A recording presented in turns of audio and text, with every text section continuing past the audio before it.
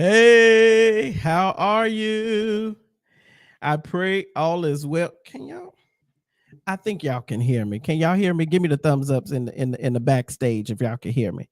All right, I see you midwife. Okay, great. Cool beans. Cool beans. And Mama Q, that's much better. All right. So listen, I'm excited. I am excited about tonight. What's up, everybody? Um, I am Dr. Chris Montgomery, and this is Friday Night Smoke. I called it that because it's gonna be some smoke in the city. Huh? Listen, as I always say, I pray that you had an amazing day. I pray that you heard Holy Spirit when he was talking to you.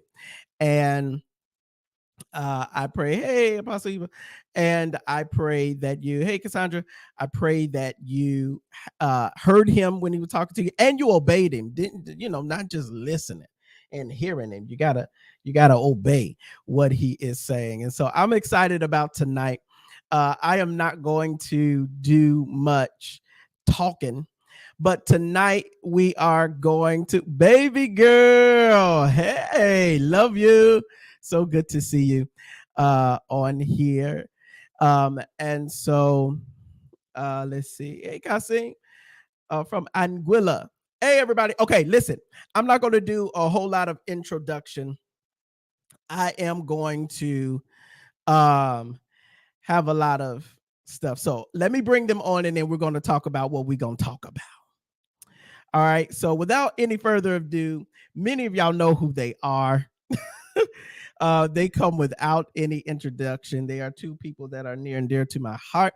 Known them forever, and so they have power and influence in their own right. Everybody say hi to Pastor Rakisha and Prophetess Q. What's up, everybody? What's up? How y'all doing? Good. All right, listen here. So tonight we're going to talk about something. Now, in our spheres, everybody kind of knows me as the true talk guy. I'm the one that would typically say stuff that people don't want to say. And I'll go live saying it. And so, Lisa Ann, hey, I love you, miss you. The counselor is in the building. Yes, you. All right, so listen. Here is something. Now, we're going to talk about counting up the cost. Everybody in here, type in counting the cost. Counting up the cost. I want y'all to talk about it. I want y'all to type that in the comment section. And there's a lot more y'all on here that's giving me likes and hearts. So I don't know if you just came to, what did you come to this service for?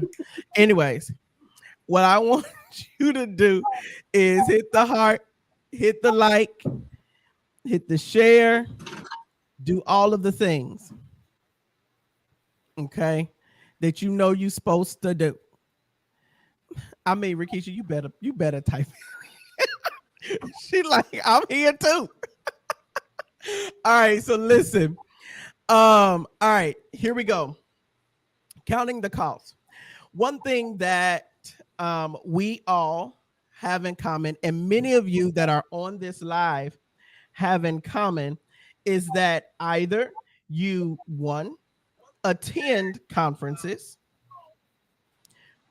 and events, or two, you host conferences and events. Okay. So here's the deal. We need to talk about counting up the cost, because what I have found is, from a host point of view, there are a lot of things that kind of go unaccounted for, unchecked, unrealized, especially from a visionary's point of view, right? Because we'll just see what we see in the end, but then all of the steps to get there is not necessarily something the leader is paying much attention to. But then also the registrants, right? because let's just call a spade a spade. Here we go. We shooting from the hip already.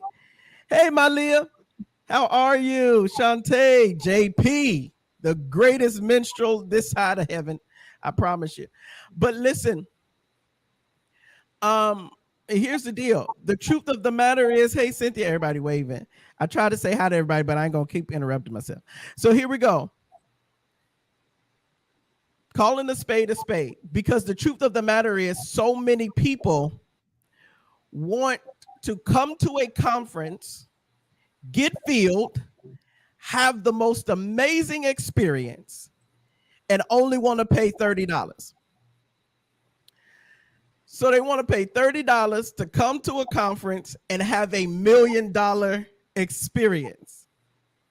Tis a problem. So we want to really keep it real, bear out a lot of things from the host and the registrant's point of view, do a whole 360 view at this whole thing, so that when we come into this, because we're coming into another season of conferencing, right? Everybody about to start doing their year-end stuff and New Year's, and then it's gonna come around spring, and we got spring into a splendor. We have other things that are going on. East is about to start doing they events, and you got Trailblazers. You have so many other great events that are going on. And so what I want us to do is really have a real true talk, breaking this stuff down so that the hosts know what to look for and the registrants understand the cost of this thing. Huh? Yes. The cost of this thing, right? Because we trying to keep it low for you. And the truth of the matter is, we end up being the ones that get hit.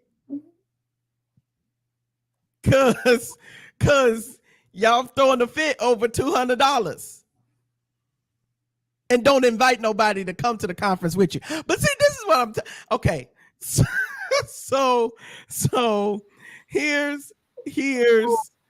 Yes, it is. So we're gonna do this. Let me, for the saints and the ain'ts in the back that may not know who y'all are. They new to this. They new to y'all.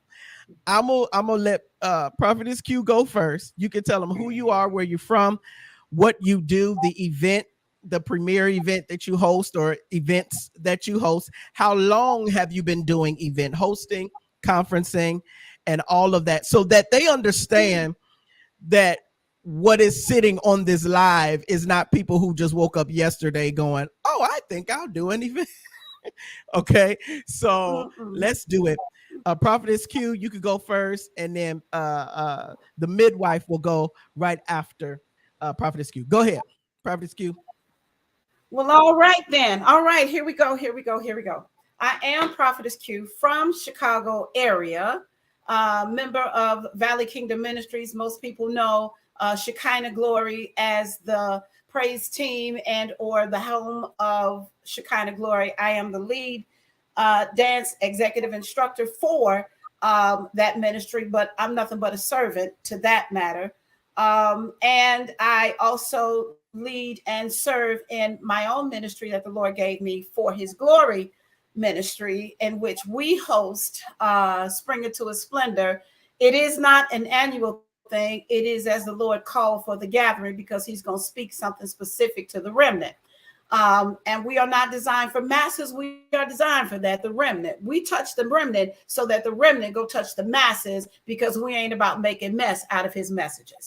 I said that. Yes, I did.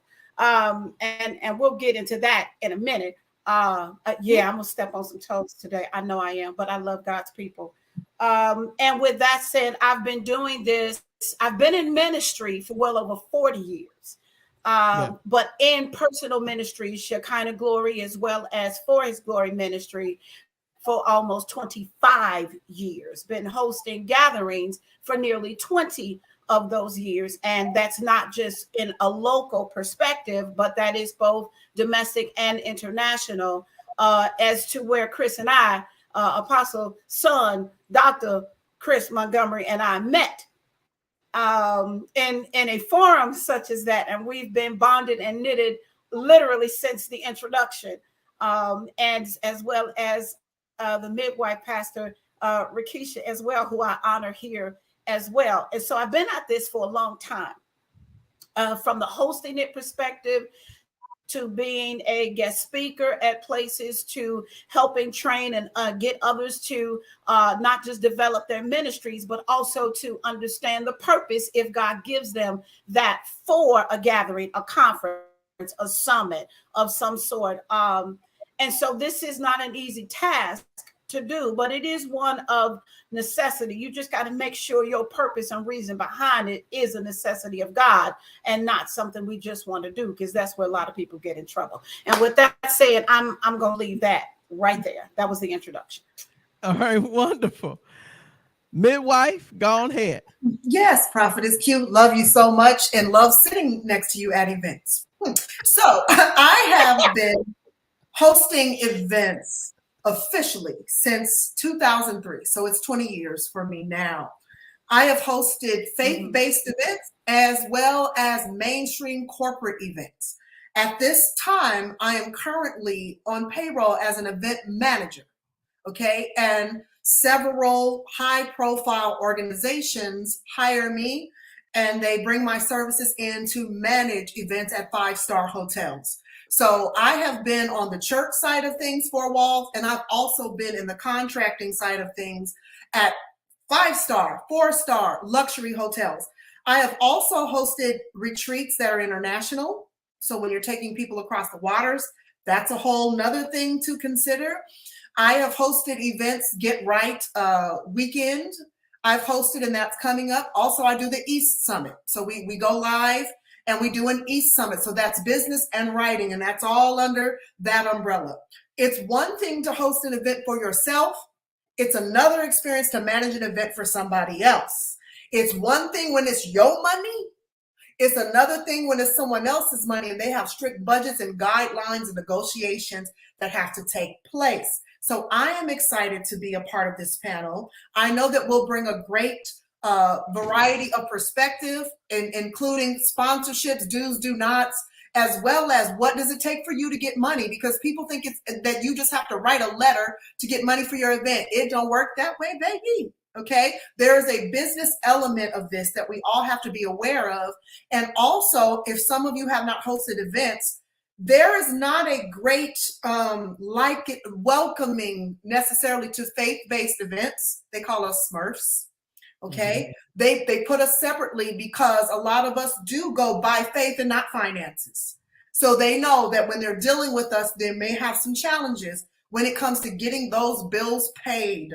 Okay, so sometimes they will separate you as an event. We know we are hosted. If you are a professional event planner, people wine and dine you, baby. There's a whole world out there you might not know about. Yes, they fly you out, they pay your flights, your hotel, and they give you tours and they feed you because they want your business. So we can train about that on a whole nother time. But there is a world that caters to you that you don't have to pay for if you bring business to them that puts money in the bank, okay?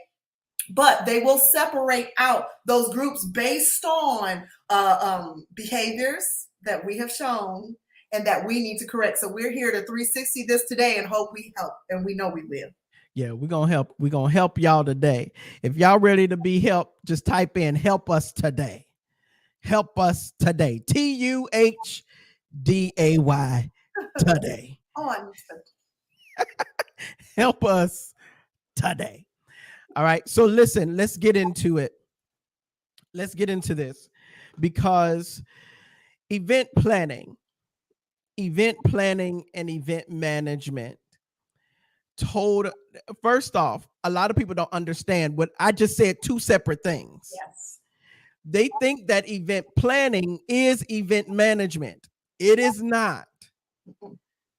Did y'all just hear what I said? Some of y'all need to take notes in the comment section. You hear me? Event planning is not event management. Okay? Two separate things. You need to have an event planner, and sometimes you need to outsource your event planner. There's organizations that will do it, and sometimes for the free. What they do is they get a commission off of, I'm giving y'all kind of tricks and tools here. What they do is they'll plan it for you, organize it for you for free, or they'll do the what's the word, negotiations and all of that with contracts with the hotel and all of these things for you. Won't charge you, but what they do is they get a kickback and commission from the hotel, from the venue, from the different places like that. That's how they get paid.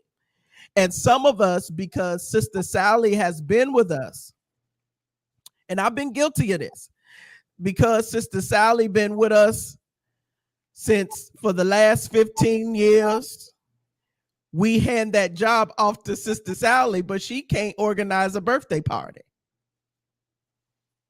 You see what I'm saying? So sometimes, and this is what I want to get into. You ready? Can we start off by talking about how to build the right team for your event? Who needs to be on the team? What do you need to make sure is filled? And I'm coming for the event host right now. Don't worry, registrants that go from conference and revival and thank you bounce. We're gonna talk to you in a second. But for those that host and have these things, hey Sybil, hey Philip Bryant, all of these things, can we talk about the right team? Mm-hmm. Can we talk about the right team? Who wanna start off? I don't know. Okay. Pastor Keith, you want to jump in there, and then I'll come on the back end. Okay. Well, first of all, like he said, don't just use your friends. You need qualified people. The best teams that I've put specialists over departments. The problem is we get one person and we throw everything on them, and then we wonder why things fall apart. It does not work. So typically, if I am hosting a large-scale event, I am the host. So even if I'm the visionary, the best role for me to play when I'm hosting is host, which means that I don't look like you just slapped me. I'm bathed, I'm dressed, I'm smiling, I'm greeting people, I'm fresh because I'm the host. When it comes to the event, I am the host. I might have worked before the event, but at the event, I am the host. Then I have managers over different departments. I have a manager over registration. All they do is registration. They know that registration list backwards and forwards. They are not merch manager, they're registration manager, okay? And then I'll have someone over vendors, because vendors have a completely different set of needs that they have. So you're dealing with the vendors, and there's a difference between vendors and sponsors, oh my gosh. But you're dealing with the vendors, and I have that person make sure that they're set up, because they're different than people who just have different types of booths who are there. I also make sure that I have a VIP liaison for my speakers. There is a concierge that I put in place who is gifted to work with high-level people. This person hands them a business card with their information and says, if there's anything you need, they put the baskets in the room. They make sure that they check my speakers in the room, and my speakers do not have to put down a credit card to get into their room. Okay. This person is that they don't, because they don't handle everybody else, and they're not armor bearing or assisting anybody else. They're just for my speakers. They run my speakers anywhere they need to go. They take my speakers to the airport. They have one person who has an extreme gift of hospitality, who handles that, for them. And then you need someone to manage the actual event. Run of show, if you want to say that. Someone who is on site, who knows, there's an issue with the sound. Someone who knows how to communicate effectively, who does not get easily ruffled, who does not cuss and scream and yell and cry. Someone who is an even temperamented person, who is able to deal with, this musician needs to load in. They know the facility. They know how to run that in and out, what times. Then I have people over transportation. There are so many different areas. The larger the event, the more expertise you may need to have in each area. Each event is not the same, but your major areas absolutely, definitely need to be covered. And then I'm covered. As the host, I have an accountant or somebody who keeps books, who takes money to the bank. See, depending on what kind of money you have in, we don't have that money sitting around. That person, now we do a lot of swiping, but that person will do bank runs, deposits, make sure that everything is good, gives me financial numbers, accounting where we are, making sure that I'm paying out who I'm supposed to pay out, when I'm supposed to pay them out. And by the time that event is done, everything is smooth. And then the staff member that most of us inherit is the person at the hotel or the person at the church who is the on-site catering manager, conference manager, manager on duty. That person is also a member of your team, and it would behoove you to make a friend out of them. I do it all the time, because the sweeter and nicer I am with them, the more they do with me on-site at the event at that time. That's a whole lot, but those are some major areas that have worked for me.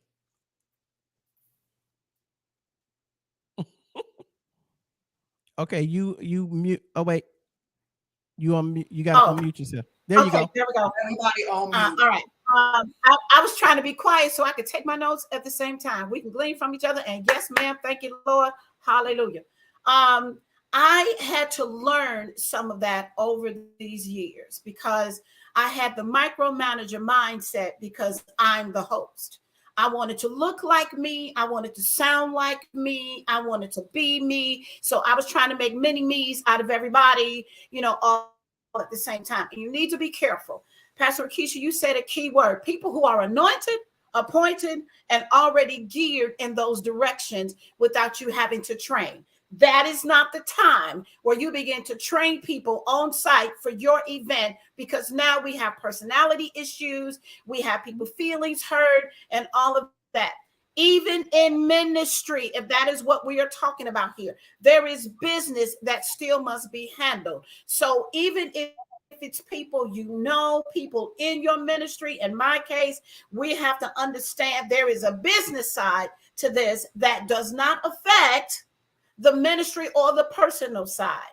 So it's not to hurt people's feelings and they go, oh, me, I want to do that. I want to do that. Not if that's not what you've done. Mm-hmm. Or opportunities to help them before they get in that place or position or take up that, responsibility. So we need to be careful about that. I love what you said, Apostle Chris. Sometimes where ministry and faith-based gets stuck is we don't want the business side that's not necessarily secular, but they're not sinful either, to help us do whatever our assignments are to do, because we tell ourselves, no, I can't use them or do that because they're not faith-based or they're not Christian. And well, how are we to affect them if all we ever deal with is us? And us's can be, issues. Sometimes. So we need to be mindful. What's your goal when you're setting, out to do this ministry assignment of conference gatherings, summits, blah, blah, blahs, all of that. I love the fact, Pastor Keisha, that you've seen it from both sides. Mm-hmm. And in doing this, beloved, and let me just go spiritual on you real quick, is if at the end is to give God glory, then you make sure on the front side, it starts off in that same way, and it's not for vanity. Because sometimes we see it and we get, oh, I want to do one. Oh, I want a conference. Oh, I want to do a gathering. And the other side of that thing will make you lose it. Your integrity. It will make you lose your character. It'll make you lose, what position and mantle and direction God has given you, because we see something and it looks glamorous without knowing there's a backside to this that's got to be in place to make it a sure foundation. So that's my take on that. As far as people particular in these positions that you even brought out, these departments, these areas that must be covered. Before you set out and put it out there, make sure you got these things covered, because once it's rolling, it's very difficult and challenging to now try to fit those pieces in as you're figuring it out. I would even suggest find someone like a Pastor Rakisha to mentor and to help you to find out, what do you need? Not what you saw somebody else do. What's your need? Don't try to mimic, record, or be somebody else or do something that you saw because it looks great. Because, baby, that backside will get your backside, and you don't want it to do that in a public setting. Amen. Yes. Amen. There we go. Uh-huh. Here it is, because you hit on something here. First off, both of y'all is like amazing. It's done prompted other questions, topics, and such. But then, Prophetess Q, you made a point in this. One thing that I have found, because I'm gonna go back and forth between host and registrant, right? So that everybody doesn't feel, one person, one demographic doesn't feel like, oh, we just coming at you. No, we're doing the 360. We're doing the whole portrait. Okay. So here's the deal. One thing that I have found, I have fallen victim to this, where people have done this to me, where they come and attend your event, and because they attended your event and had such a grand experience, they leave with the revelation that they can do the same event. Pause. That becomes a problem. I'm gonna be real once again. This is straight. This is straight shooting. This is this is smoke show. So we here for all the smoke, right? So here's the deal. Tamara, there was someone who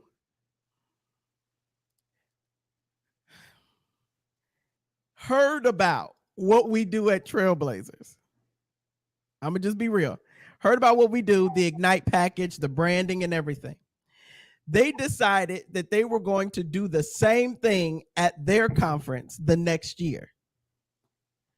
This person went over budget, way over budget, and then called me and asked me, how do I do it every year so that they can, right? Yeah, y'all see that face? How do I do it every year? Because the Lord told them to include this in on their conference.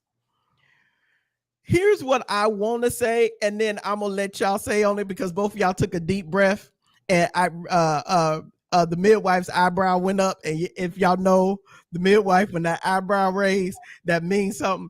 So here's the deal. This is what I want to say. Just because you had an amazing experience at someone's event, it does not mean that you now have the same grace to go and do what they did.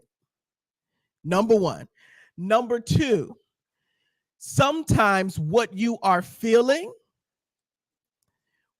now feeling, you need to channel that into volunteering or serving the event that affected you, that impacted you. So instead of running and saying the Lord told you to do a conference next year, how about you turn around and say, how can I serve at this conference next year? How can I volunteer? Is there somewhere where I can serve? This is how I feel about it. And this isn't just faith-based. I'm going to tell you this. Some of the funding, thank you, Jesus. Some of the funding that I have received for conferences have not been because they just know me so well or they like what I'm doing. It was, I may have attended their thing, be it virtual or in person, and I turned around and served at the event.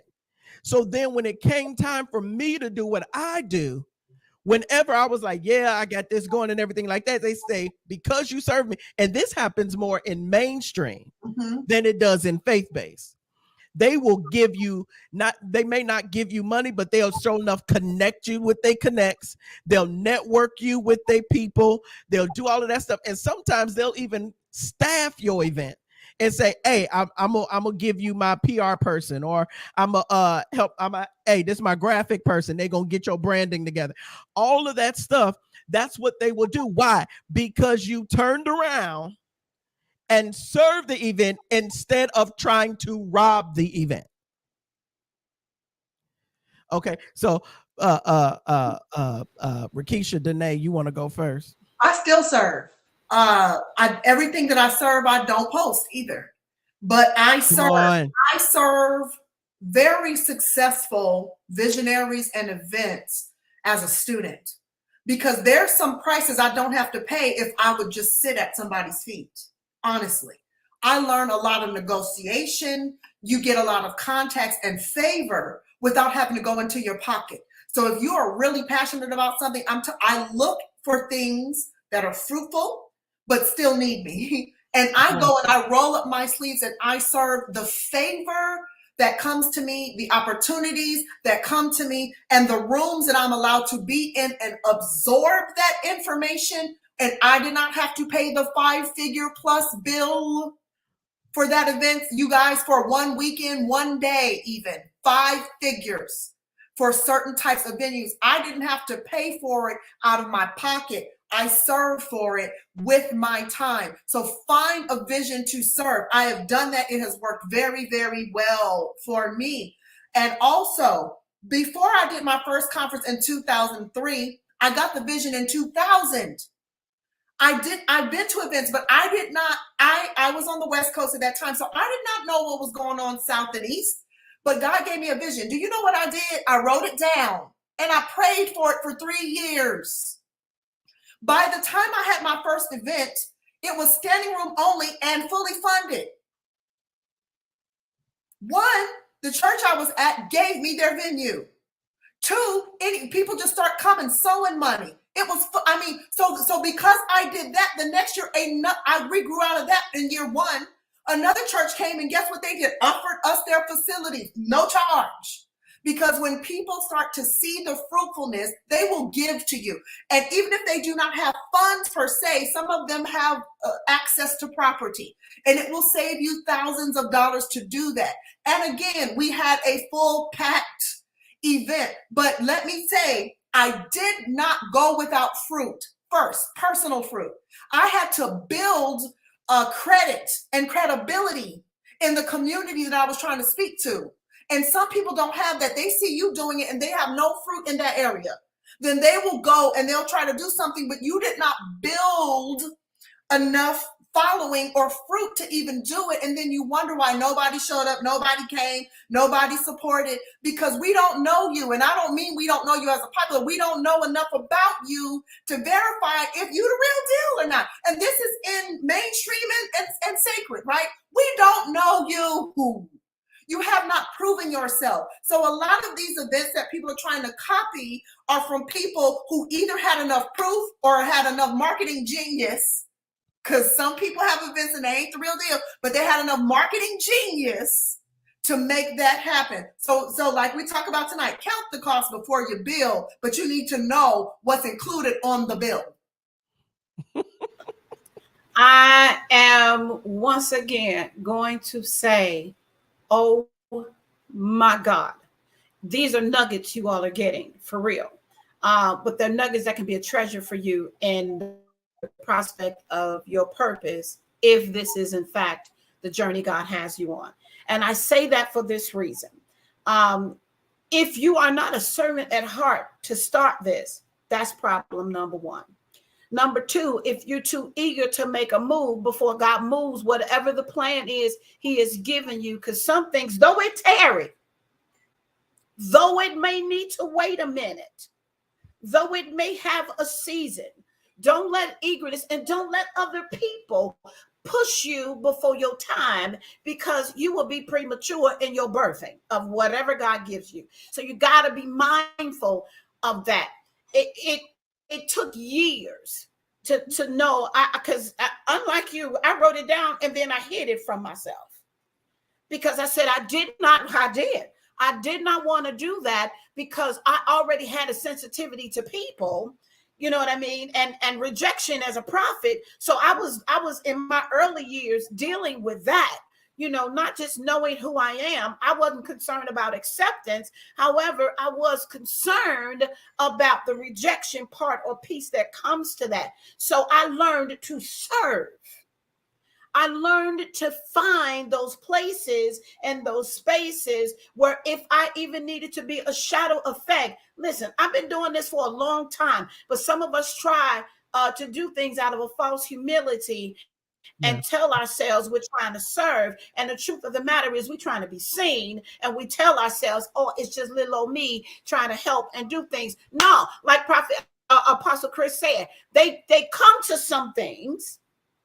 People come to events and people come to places so that they can start gathering business cards, so that they can start putting their name in people's mouths without having the character and the integrity to back those things up. You know what I'm saying? And then God's people get hurt because the marketing was well enough to draw you in, but then there was no substance, there was no meat, there was no product. There was nothing you would walk away from but a good time that would last you, what, all of 24 hours of being high on it. You go home and then there's nothing left. And I'm talking about from the host perspective, if they be truthful and honest with themselves, and from those who attend. So in your prospect of pursuing something like this, count the cost. Sit by yourself for a minute before you even start telling people what your ideas are, and making sure that it's God that's moving in your mind, in your spirit, to make those things come about and to fruition. Because people walk away, host and all, and everybody is hurt. The integrity of what you may have meant to do is now scarred because we didn't wait enough time for that thing to mature and to grow and to be developed. So sit, serve, glean, get up under somebody's watch and watch what they're doing without trying to cipher it out of them. Have a conversation with humility to at least learn and find out, for real, what's the back room to this? No, seriously, what's the back room? Can you help me? I'll serve your ministry for a year or 2 years or whatever it takes. But knowing going in, this is the goal. I hear the Lord telling me, I understand this is what God wants me to do. But if he wants you to do it in a day, be clear, even Jesus wasn't in a day. His work didn't begin in a day. So we need to be mindful there's a time and there's a season for all things. But the Lord God makes all things beautiful in its time. Wait.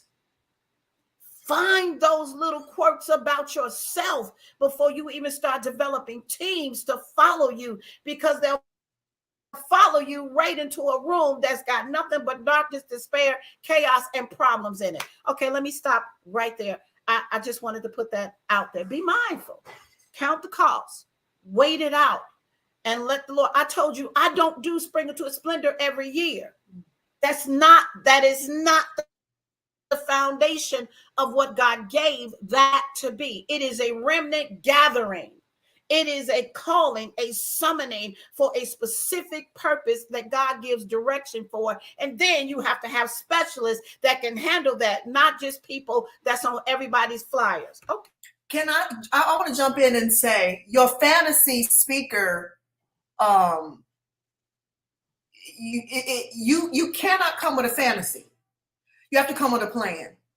And I appreciate, there is a particular group of people who hosted me years ago.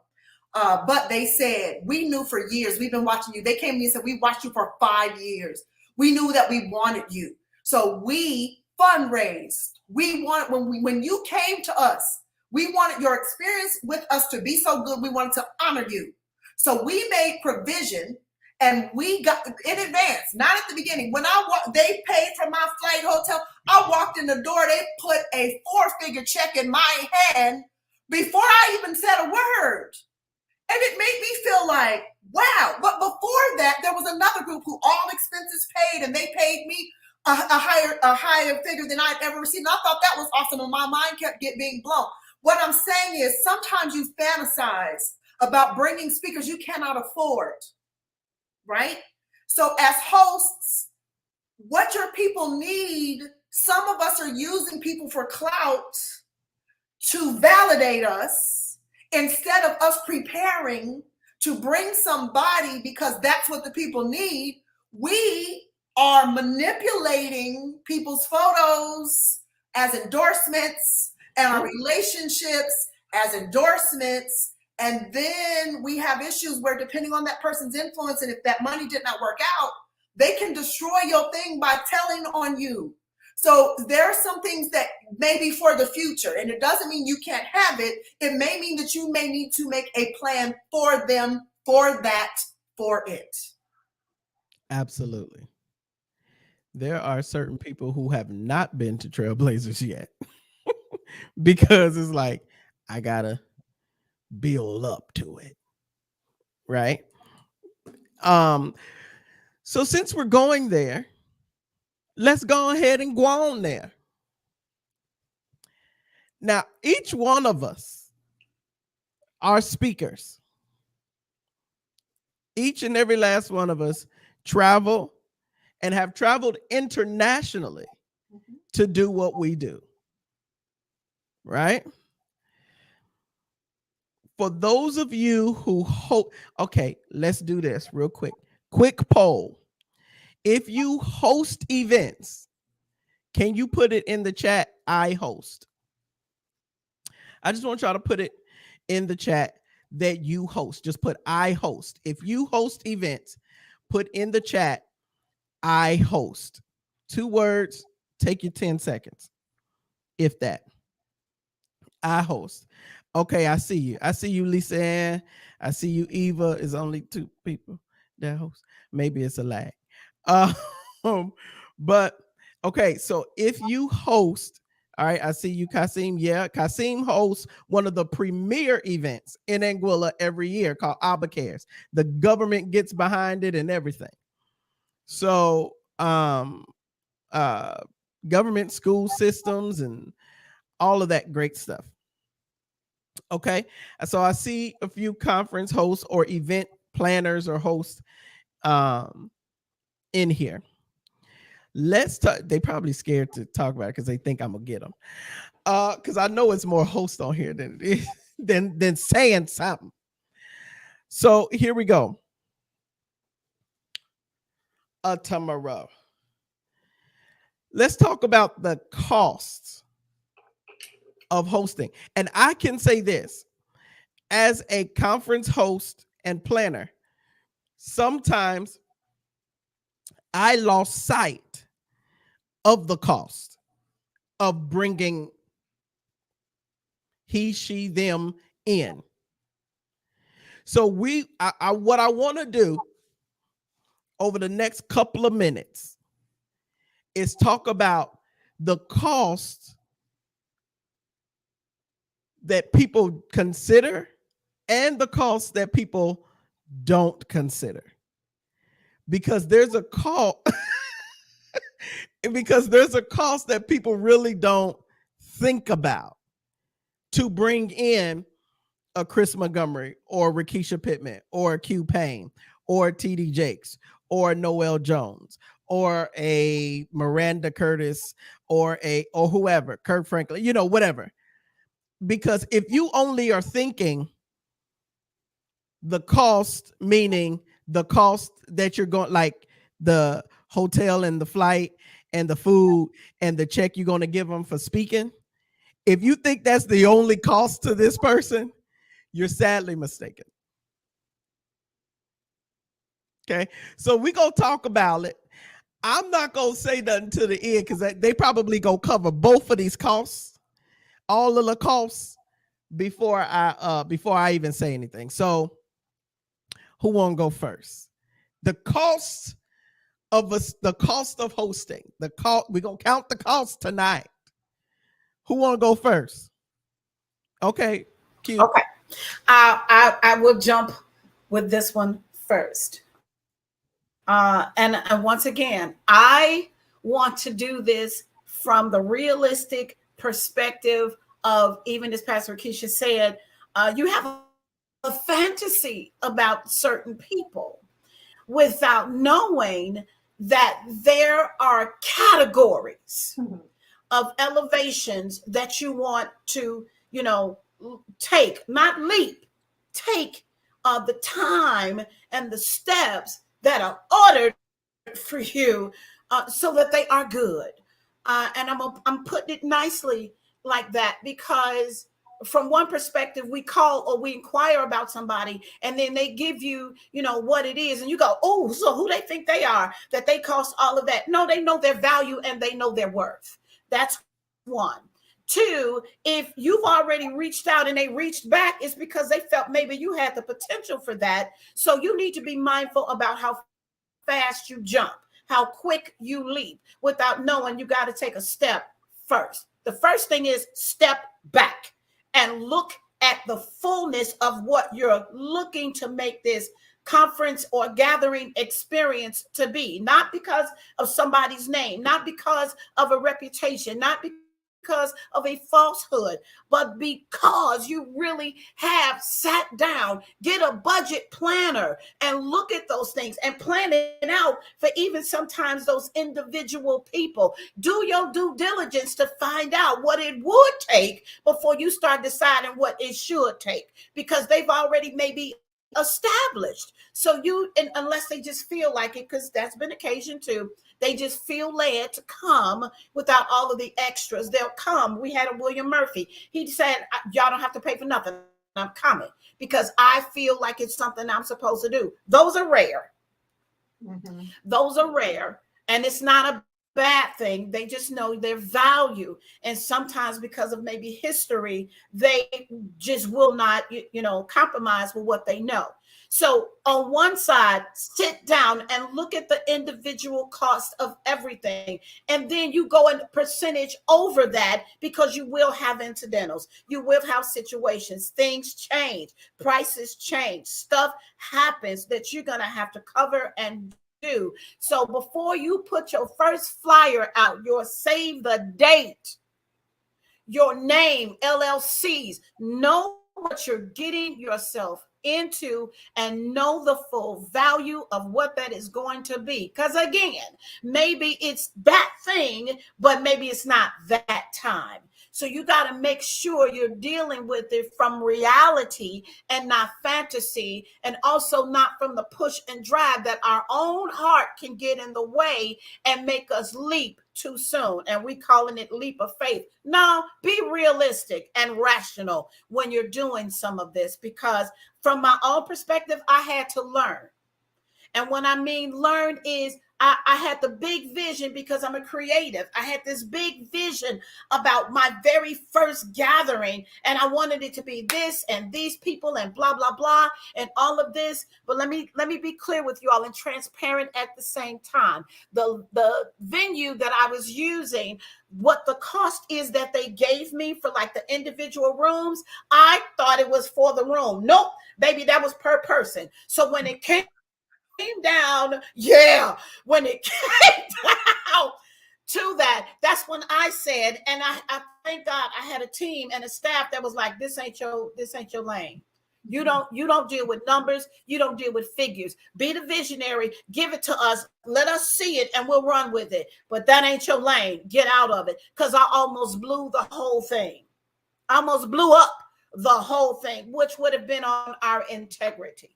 So I literally had to sit myself down and go, don't you do that no more. Don't you touch that anymore. Look at what it is. Sit that to the side. Begin to pray and ask God, how and what do you need to do with it? Maybe it's just not time. Count up the cost while you're counting the cost, because it's two different things that we're talking about. So if maybe you're not a 400 or 500 registrant type of event, maybe you are like myself. You're a remnant type gatherer. Know who you are. Mm-hmm. So you don't run out and try to get TD Jakes and you can't get 50 people registered. You don't have $50. You can't even give them their deposits. that's required. You can't even, put the host in the right hotels because you can't afford that, because some of them send you what their requirements are, because this isn't new to them. And we cannot demean it or diminish it because it's God said it, but it has to be an agreement too. There has to be an agreement with all of this. So don't jump out there. I got a whole lot better perspective now. I know my lanes. I know where they are not. I'm great at this point of writing down, putting the vision in place. And then I don't put everybody in the same room at the same time, because some people get excited by somebody else's response and they're not equipped. Mm-hmm. So I know I wasn't supposed to say all that, but there it is. No, that was good. I want to say this real quick. Jump in here and I'm going to hand it off to the midwife here. Here it is. She mentioned like William Murphy told her, told him, don't worry about it. I'm coming on my own down. Okay, so here it is. You ready? Here we go. My relationship is not your relationship. I don't care if you my armor bearer. I don't care if you the executive director. I don't care if you my conference manager, planner. I don't even care if you my financier. My relationship is not your relationship. So it is a disrespectful thing to say, remember me? I was armor bearing Apostle Chris. I would love to have you come to my conference. Can you come? Whoa.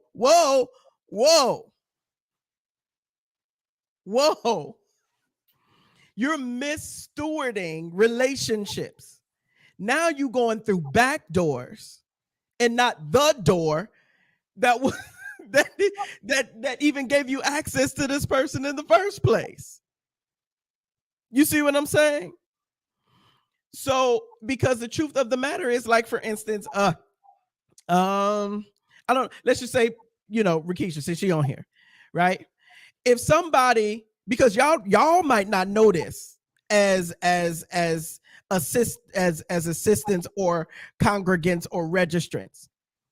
What happens is, when y'all call them, when you call a Prophetess Q or Rakisha and say, oh, I was serving AC, or I was at the conference and I will, guess what they do? They pick up the phone and be like, who this, Harpo?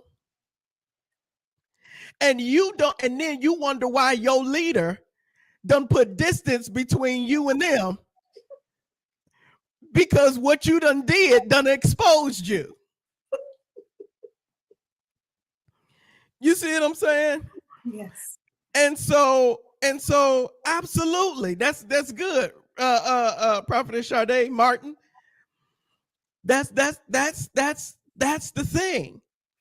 People will try to circumvent your booking stuff and try to use the relationship I got with them to try to say, well, can you come and, well, how can, no.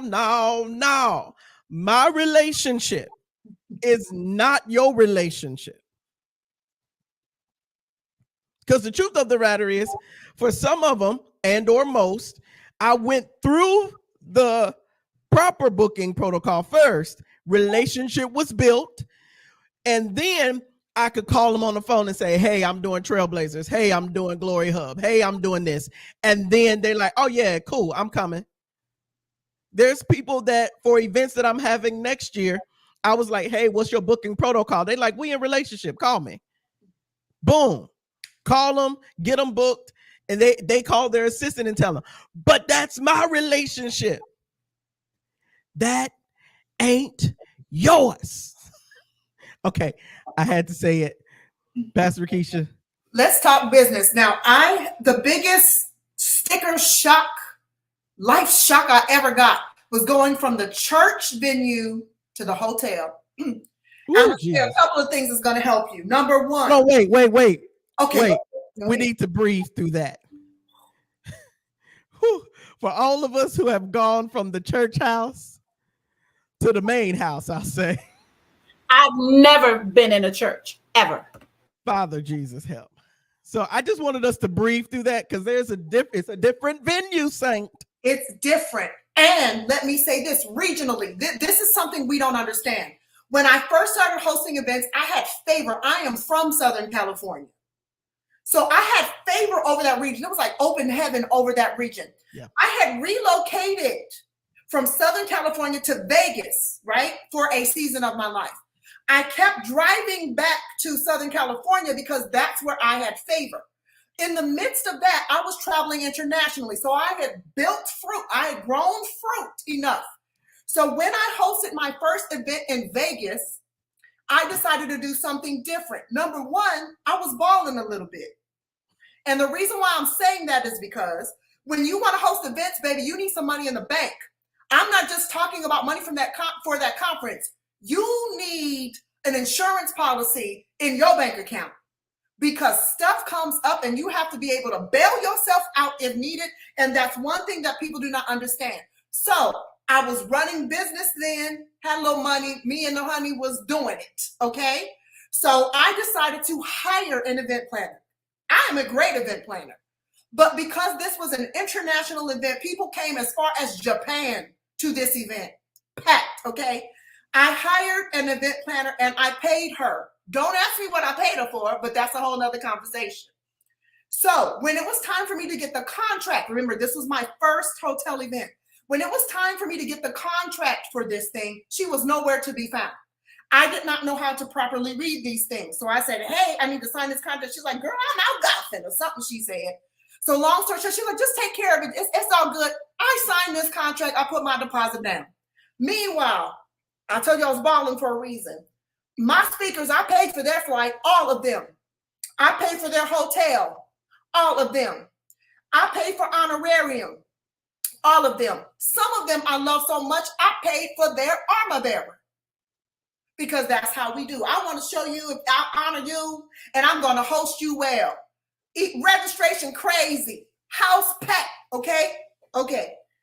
A week before the event, the hotel calls me, say, Miss Rakeisha, you owe us $25,000. How are you going to pay this? I said, what did you say? They said, you owe us $25,000. How are you going to pay this? I said, I can't talk to you right now. I was shocked, event planner, nothing to say. Let me tell you, I was shook. I said, I can't cancel this. I got off the phone with that lady. I said, I can't cancel it. Everybody's flight is booked. I done got my names. I hear people are coming from Japan.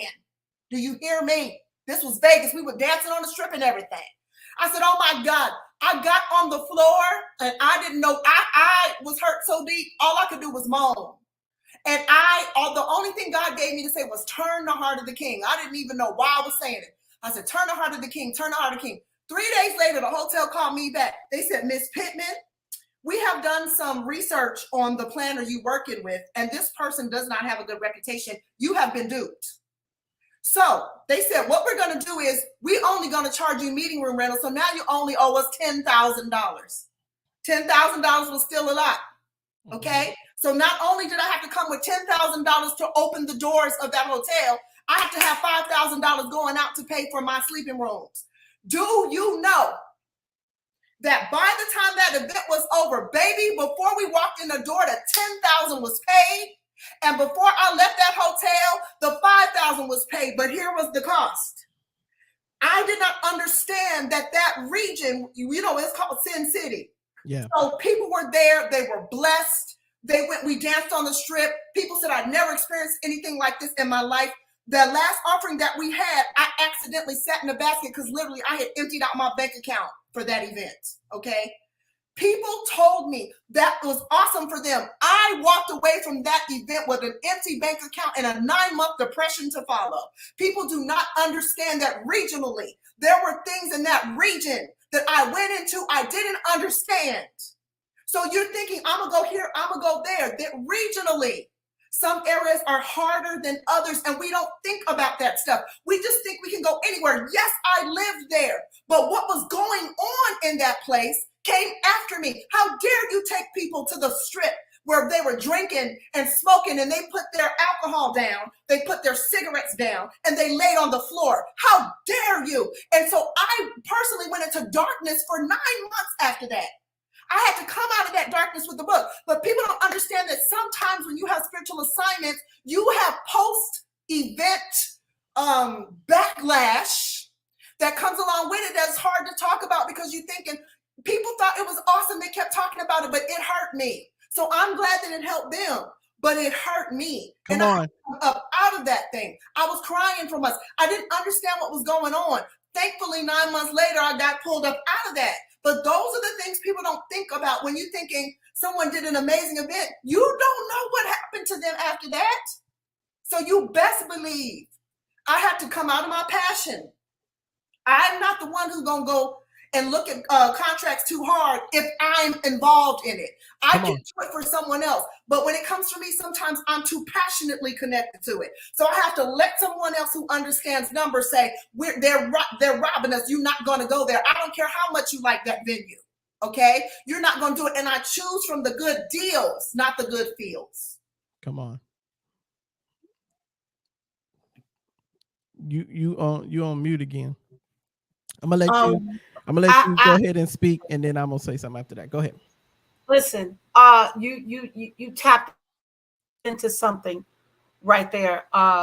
For me, is the part that people don't think about is we get into the fields, but when you start to do things that are getting ready to affect people's lives, there's a different level of attack that comes on. There's a different thing that is happening to you personally, individually, as not just the host, but the carrier for all of this. You said your name, was on the line, not because of your individual name, but because of the character of integrity that you had already developed. And that was what, the enemy was going to use against you in your own head, in your own mind, in your own spirit. And that's where those other things come in, like depression. That's where those other things come in, like doubt. That's where those other things start to hit you. So yeah, somebody, Crystal Harris, the warfare is really, really, really different. It's on a whole nother level that will try you to the rawness of who you think you are and what you think you are doing. I planned, and I'm going to be honest again and transparent, this last spring into its splendor, I dealt with depression, most of it, while I was warring for people, while I was going through. But see, I'm the host. I got to have it together. I got to keep it together. I got to make sure, the ones that forgot to call the administrator call you directly because they have relationship, with you. And so they're telling you what their story is, why they can't take care of the payment or the situation. But you on the line with the hotel, you are on the line with everything else that you have put together here for everybody's experience, because that's what the Lord gave you. So you're sitting out here you're not on the limb. There ain't no limb left. You just floating on the tip of the thing, and it's about to release you into the deep of the water, and you don't have no gear on. You just out there because the passion of what you do for people puts you in that position. But the question is, can you handle it? And are you okay with the right kind of people around you while you still trying to work that thing out just in your own head? Just in your own head. You have these people coming. You got this one got to have a this or that because that's what you said you would do. Right? That's what you said you would do. And I'll never forget this. I had a a $27,000 deficit 48 hours before the event. Sponsors were all in, everybody's dollars was all in. And I said, but it was counted for to cover that. But then things happen. So you have to be ready when you're not ready to handle it mentally and financially without the emotion of that thing making you try to make other decisions like, well, let me bow out. You did. I love what you did. You got off the phone with them. I did that. They said that figure to me, and I said, oh, I'll call you back. I mean, I'm in the middle of a meeting. Let me call you right back. And I got off the phone with them. I got in that space and I said, Lord, listen, if this be your vision, then show me where the provision is, because I repent. I left something out somewhere. Instead of going, it'll happen because the Lord said. No, boo, you got to get real with yourself. You got to get boots on the ground. You got to get out there and you got to make it happen. And the first people to let you down, oh God, I'm going to say this out loud. The first people to let you down is the church that you've served and done stuff for and in. Yes, I said it. Why? Because the business side of this can't be dropped under any circumstance. The enemy comes in to mess with your mind about what you don't have, what you can't do. Look at what you're doing. You got all these people lined up to do X, Y, and Z, right? And in your head, you're going, I just want to stay in the bed. I just want to pull the covers up. I just can't deal with it all at this moment, right? Because you're still human. You got stuff you got to deal with. You dealt with it 9 months after. I dealt with it the whole year planning it. Come on. The whole, I didn't say 6 months planning. I take an entire year in planning, because that's just how the Lord was speaking it. And that's just the foundation by which he gives it. He tells me, you're going to plan this for an entire year. I'm going to deal with you before I let you handle my people. Make sure you get you all the way out of the way. So that entire time, and I'm not talking about the depression where you just go, I'm going to cry. I'm just going to cry. No, I'm talking about the depression where you're going, let's see, now how am I going to take it up out of here? How am I going to end this whole thing? If we're going to be real, let's be real. Mm-hmm. You know, maybe ministry is not what I'm supposed to do anymore. Went through all of that. And then you capture yourself. And you take it where it's supposed to be without having a false humility about it and telling people the falsehood of it. No, get real. There was a person I had never spoken to that my husband encountered. And because of a conversation they had, she took the whole thing. Said, not a problem. I believe in this. I never met her to this day. I had a conversation with her. That was it. So when you are lining it up and it's a God plan and not a man plan, it's easier to live outside of the feelings because you understand this is from a different perspective. So again, I go back to the same thing. Count the cost. It's going to cost you something. It's going to cost you something more than just finance. It's going to cost you something. So there you have it. Right. So this is just real, right? This the real talk. See, y'all hearing from the heart of the host. I don't think y'all really understand. And let me tell y'all, sometimes it can be frustrating. I'm being real. It can be frustrating to where y'all be like, oh, it was warfare to get this $200 ticket.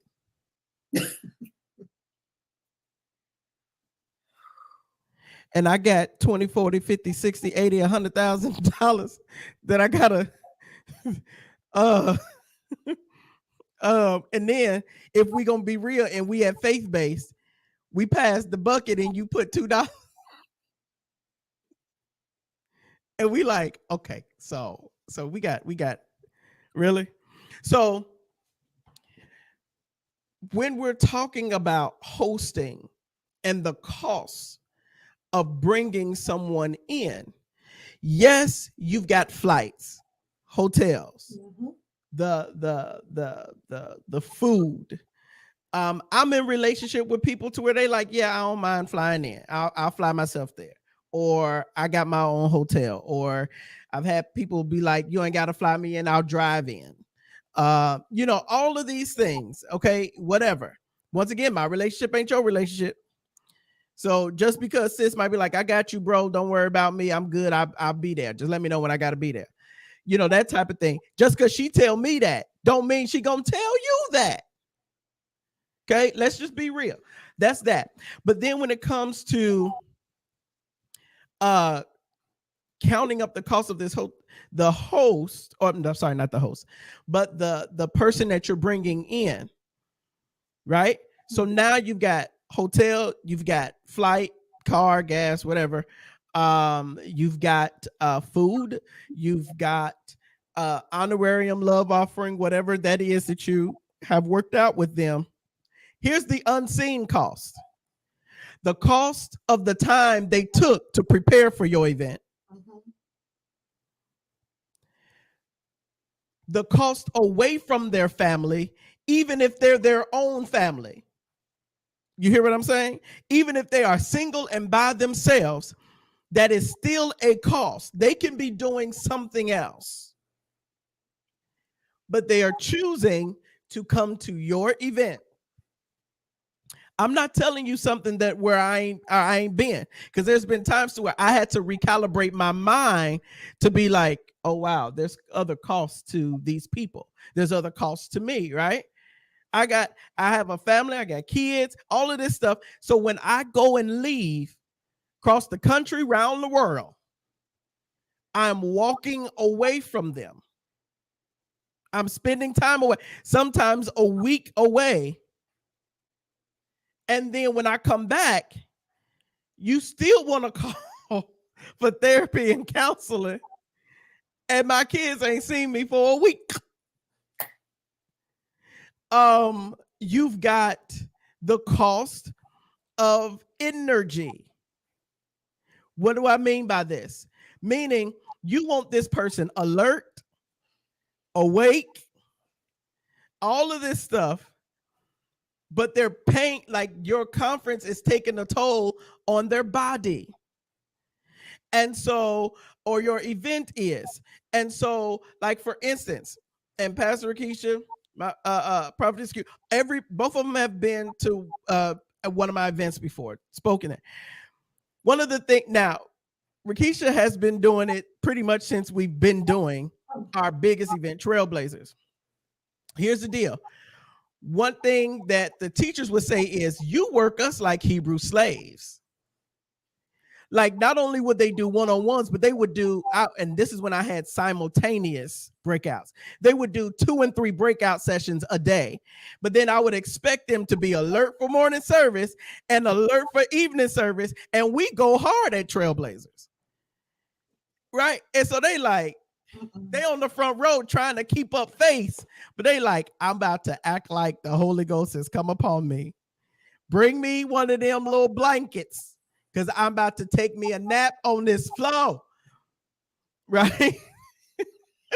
It's just the real. Hey, sis, how are you, Felicia? And so watch this. It's the cost on their body. Right? And so when they said, you working us like Hebrew slaves, I'm like, okay, let me sit back. Here's the key. Listen to the people who come and serve your conference. When they start saying stuff like, woo, I'm tired. Woo, you worked me hard for this conference. And you know you probably did not honor that, or you did not give them the honorarium that they wanted or whatever. Or not necessarily that they wanted, but it wasn't commiserate with the work that you know you put them through, then you better listen to that, especially if you're going to bring them back again. So I reorganize even how we do Trailblazers to where each one of them only got to do one thing. And some panels, they teach one class, do a panel, the whole conference. So if people pull you off to the side and everything, you at least got the energy to talk to somebody. But you've got to be able to think and recalibrate and redo all of these stuff. Okay, so y'all getting all of these costs. I hope y'all getting all of these costs. Okay, and here's a secret that many of y'all probably don't pay attention to. When that speaker goes back home, 9 times out of 10, they don't immediately go back to work if they have a 9 to 5. So you have to think this person didn't just take off for the days that they were with me. They probably added a few to rest because they know they're going to give out a lot and they want to rest to get when they get back home. Is this making sense? Can I say something? Yes, please. Let me be honest. Unless it's a retreat, some of these events are too long. Ooh-wee. That's just real, where unless we go into the island, we don't need to be gone that many days. Y'all need to narrow the focus, because I got rebuked. One time I came back home and my significant other said, you don't leave out the house and come back with that. I could have gave you X, Y, Z if you was going to be gone that many days. I was like, whoop. But I had to listen to that feedback and say, you have a point. You know what I'm saying? I'm gone. I'm inaccessible for days. And then I'm tired. So by the time I've gone through all that flying, I come home, I'm in the bed, recovering from all that I've poured out. So sometimes you have to remember that people have relationships, children, commitments. And so it's good to have like 2 or 2.5 powerhouse days and to kind of go for a full week and some do, and then you need a vacation from the conference. Listen, that's so true. And let me tell y'all, I just did, Rakesh will tell you, what I did was at this church, I said, this is the last time y'all gonna see trailblazers like this. It's gonna be shorter and we splitting it. So it's gonna be, one for the creatives and the prophetic and the supernatural folk. Then it's going to be one for the business people and the entrepreneurs. And then we'll have the global gathering once every 3 years where everybody come together and we can hang out for about 4-5 days. All right, we do that. But that's once every 3 years. But these other two, you're going to get a good 2.5. Strong, you better come in strong because that's all you got, 2.5 days. Really kind of 1 3/4. But but for real. And business people can only be gone so long anyway. That's it. You see what I'm saying? You see what I'm saying? Mm-hmm. And this is the thing. We want to bring in these, not just these, we're going faith-based. Okay, here we go. For those of us that are intracultural or intraspherical. What do I mean by that? I don't just have a faith-based platform. I've got platform in business and in mainstream. I'm speaking about me personally. I don't just have a platform in faith-based. I have a platform in politics, platform in business and entrepreneurship, platform in the medical industry, platform in all of these other places, got these other businesses to manage. Here it is. So I can't just come there and just be hanging out because that's time away from my companies. Which, watch this, every entrepreneur sees their company like their child. It's like something I gotta feed, I gotta grow, I gotta be present for, I gotta be there. Right? And so if you're just bringing them and taking us away, there's something else that's missing us. Mm-hmm. So you got to think about, all right, you got to think about all of these things when you're thinking about bringing in whomever. It doesn't necessarily got to be our celebrities. Because the truth of the matter is, and I have found this, I have no shame saying it, and I'm about to mean every syllable that I'm about to say. Because half of y'all mainstream preachers that y'all like to bring in preach that same sermon 15 times at 15 other churches right before they came to you. I've heard it. And you just paid them $3,000, $4,000, $5,000 to say to you something that's not even fresh. And they don't have anything else going on but they're preaching. You take their ministry away from them, they have nothing else. But then you've got these other people like Rakisha's, AC, Q, Ricky Harris, all of these other people that are doing so many other things that have actual, okay, all right, we are on my live, so I can say whatever I want to say, that have actual content and actual information and experiential information that they can give you. But then you're looking for the next, and I'm only going to say his name, not to shade him, but because it's a recognized name. You're looking to bring in a TD Jakes because he's TD Jakes. Love the man, anointed, great, got a lot going on. He's spectacular.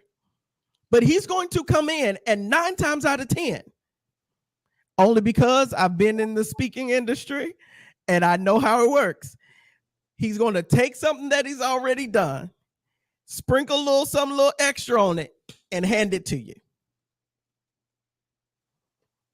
I love him. He's spectacular. He's wonderful.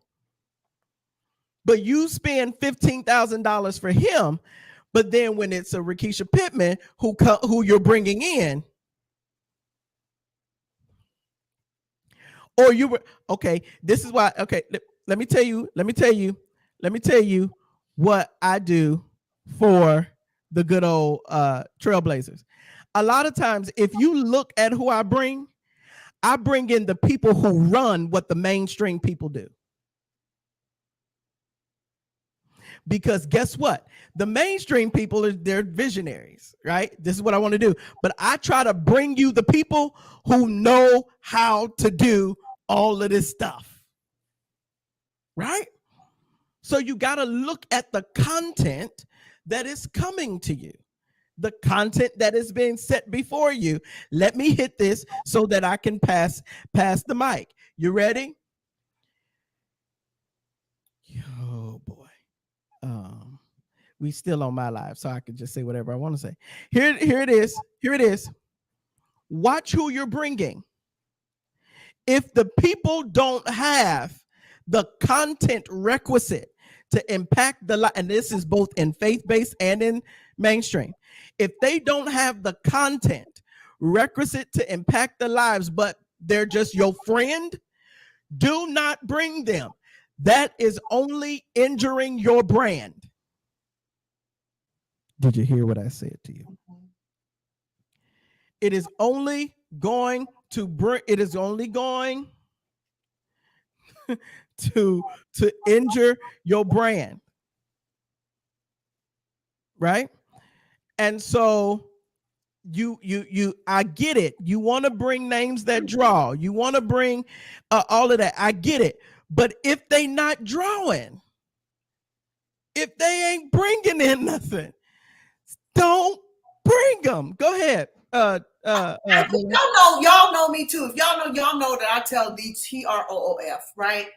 When I talk about that clout thing, when I do a budget in terms of what I'm paying, what people are worth, I count up the cost and I'm like, is this speaker worth 50 registrations? If it costs me 50 registrations to bring them, will 50 people actually register for them to come? And we're talking about 360. Mm-hmm. Sometimes people and this is not about money, it's about value. People will value the named person who brings 0. And then you have a no-name person who 50 people will fly to a nation. Right. Q, you know what I'm talking about. Will bring hordes of people with them, but we ain't nobody though. But the value that we brought to that event was tens of thousands of dollars and get treated like trash. But the people with names who want spotlights, 0. And you really have to think, we're talking about that 360. Some people only want to be on the marquee, but they don't want to bring people because they don't want you to have access to their people. Come on. But we're bringing in people, which brings in capital, all the airlines, passports, right, food, hotels, but and treat us bad and then wonder what, like, our people can't see and they're not going to say nothing. People know when their leadership is hurt. Yes. So sometimes we undervalue the power bringer. The people who actually fill up your event are probably not the people who are behind the microphone. But we want to pay the bulk of the conference money to the person whose people are only going to come to the free services. But they're not going to register. But we got a picture though. And so I'm sorry, y'all. Some people just need to feel felt or heard, or right. You know what I'm saying? Sing. But we don't appreciate those heavy bringers, the magnets that really bring their whole teams of people to events and get treated poorly. But half this ballroom is because I told somebody the good news. And then when that person leaves, you go, well, how did my registration fall? Because you forgot, that there are different types of vessels in here. But we treated this person bad because they weren't a big name, but they were a big draw. Come on. That's just the real. That's just the real. Anybody that knows, I travel with teams. And people will come and register for, which is why I started getting so many engagements, because they like, if you bring him, it's going to be a good 10, 15 folk that come with him. People will not like you and invite you to events because you roll deep. I've been there. Oh, she got 40 dancers that are going to come with her. Let's bring them. Don't even like me. Okay. Come on. Say that part again. Say that last part again. Don't even like me, but they know if I show up, it's going to be people. Come on.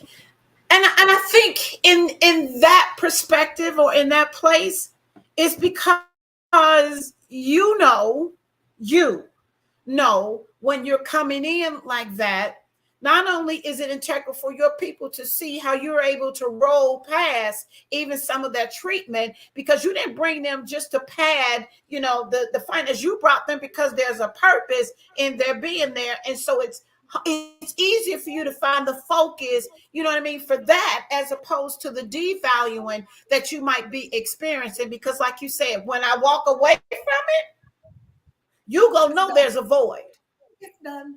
You're going to know that there is a void. And that's not prideful to say. Right. That's confidence and knowing that, when you're a good lead, people don't have a problem following where you're taking them.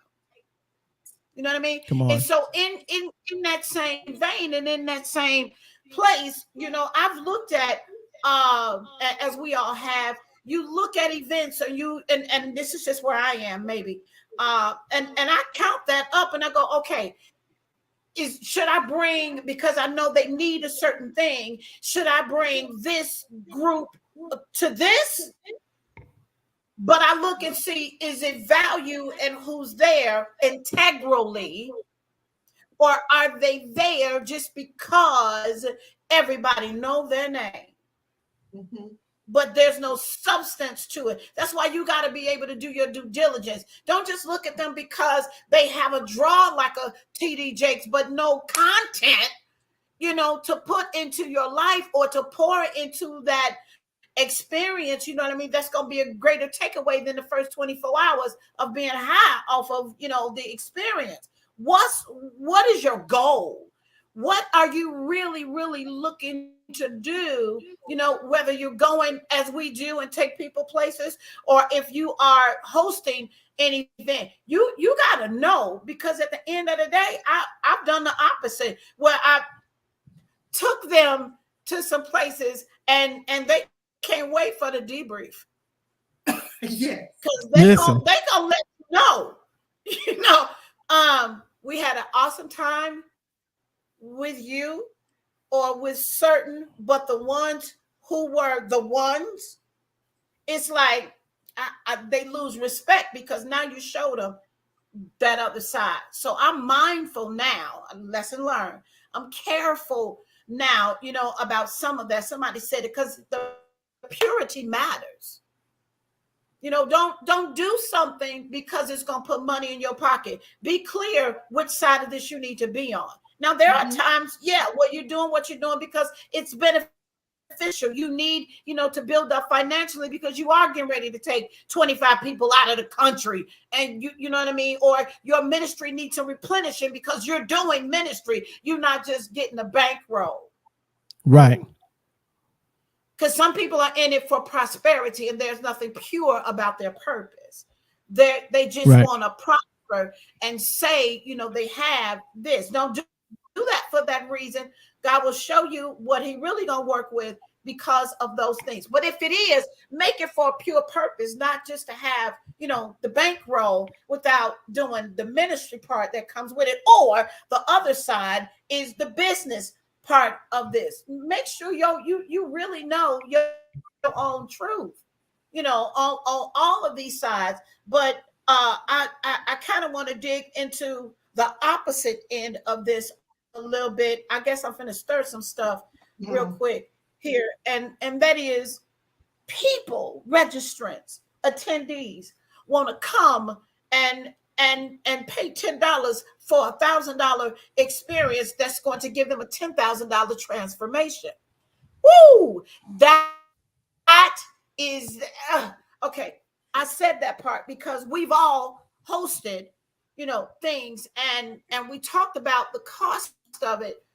But know your host at the same time. They're not trying to get nothing past you. We're going to give you more than your money can ever be invested in, because you ain't buying what I'm about to do. You can't. It's given by the Holy Ghost, but at the same time, I deal with real stuff. I just said I don't deal with churches. I deal with hotels. I deal with conference centers and stuff like that. So the cost is different than a church. You know what I mean? Everything is hosted there. So it's a bigger cost because you got to bring everything in, or everything is inclusive. So the cost changes. So therefore the value of what the registrant or attendee, including all of your speakers and stuff that you budgeted in, there's a different cost for that, especially like you've done, Apostle Youth. We've done inclusive things where you're not just coming, I'm feeding you. Mm-hmm. Not only am I feeding you spiritually, I'm feeding you naturally. And in some cases, you are feeding the mind of those individuals to even see themselves different by who you're bringing in to pour into them.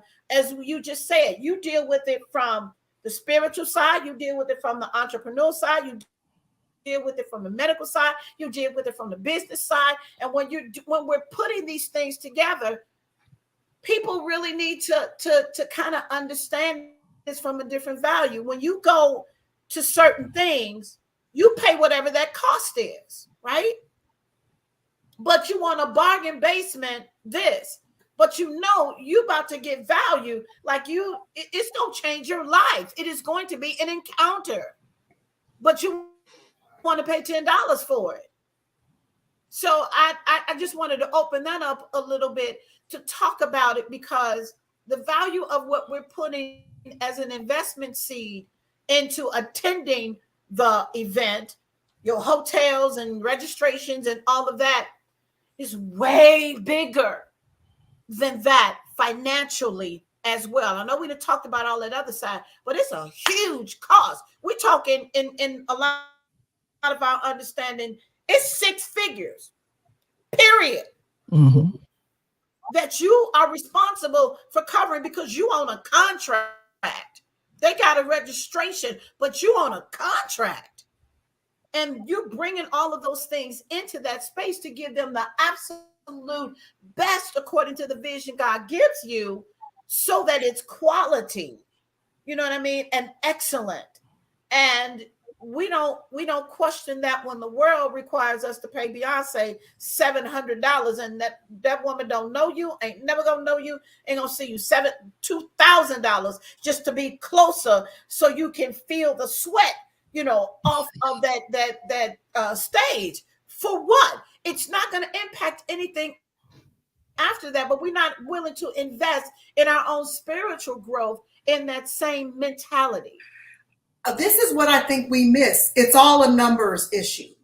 Mm-hmm. So where the money comes from can change, but the finances have to be there. So there's either one or two ways. One, let's just say what everybody always says: registration never covers the cost of the event. Ever. It just subsidizes a portion of it. But because Volunteer Service Girl has worked on arena events, right? It might be free to the public, but somebody paid for it. Somebody sponsored it. So people will pay for numbers. A lot of our events don't draw big numbers. We don't keep numbers. We don't have any. So when we go for sponsorships, we have no data. And that's where we miss it. The reason why Essence and International or Leaders Conference, all of this, because the numbers, they keep data that justifies them going to Pepsi, Coke, whoever, to get them to pay for things to reduce the cost. So you may pay $300 or $97, but just best believe it only covered your seat because somebody else paid because your eyeballs and your hands and your wallets are in the place and they have enough numbers. I used to hear this all the time. When companies call to see if they're going to sponsor either monetarily or in kind, they want numbers. Yes. So we have to be better about our numbers. So if you're getting 5,000 people into an arena or a place, you should have data. You got to collect it. If you're going to get somebody to cover, want to be on that stage, want to put their brand up there, something, they are not going to just spot. Some people will give because the Lord leads them. Other people will give because the numbers lead them. Yes. We have to remember that part. We miss it. So we don't count how many people were at lunch. We don't count the VIP. We say VIP, but it's not VIP. Listen, I paid thousands of dollars just for a registration ticket, not including hotel, airfare, all of that, just for a ticket because it qualified the room, which meant that the people I was sitting next to had the same ability. So there was opportunity and ability in that room. So I paid the cost to get there. It was a different level of thinkers, right? But some of us will only pay $99, $200, and that's as far as we think. This is not putting down anybody's pockets. It's saying that until you get out of those types of circles and make a sacrifice, some things will not change in your mind, and some things will not change in your heart, and they will not change in your experience. I pay first class on purpose because sometimes I need to remember you can be in the same place and have a totally different experience. Yes. And the person I'm sitting next to may have something, they have a different level of access that I may be able to glean from or learn from. So sometimes you do pay for the experience that's different. So we got to keep better numbers. We got to be better bookkeepers of what we're doing. If we expect anybody to sew into it, stop thinking they should give you money just because you asked for it. Anyway. So here's the deal, talking about that, because I'll tell you this. I've heard many people, like, they'll see Trailblazers because that's our premier event that we do every year, Trailblazers. And so they'll be like, ooh, it's $150. Ooh, it's $300. And that's late registration. It's $300. Ooh, I don't think I could come. I don't know if I want to come to that. Or I don't know if I can afford that. Or why? This is what gets me. Why is it so much? This is the segment of this show where I would like for us to help you understand why it is what it is. Just get ready for this. Take a deep breath. And I want you to type in, it is what it is. It is what it is. And this isn't just faith-based. This is also faith-based and mainstream. Okay. I want to help you understand this. And I'm just going to do just some real true stuff. Hey, big bro. I already know I know he probably burning. Okay. I see y'all. It is what it is. Here we go. I'm going to help you. Okay.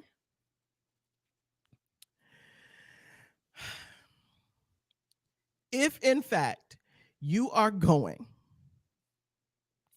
to an event, let's say it is at a hotel,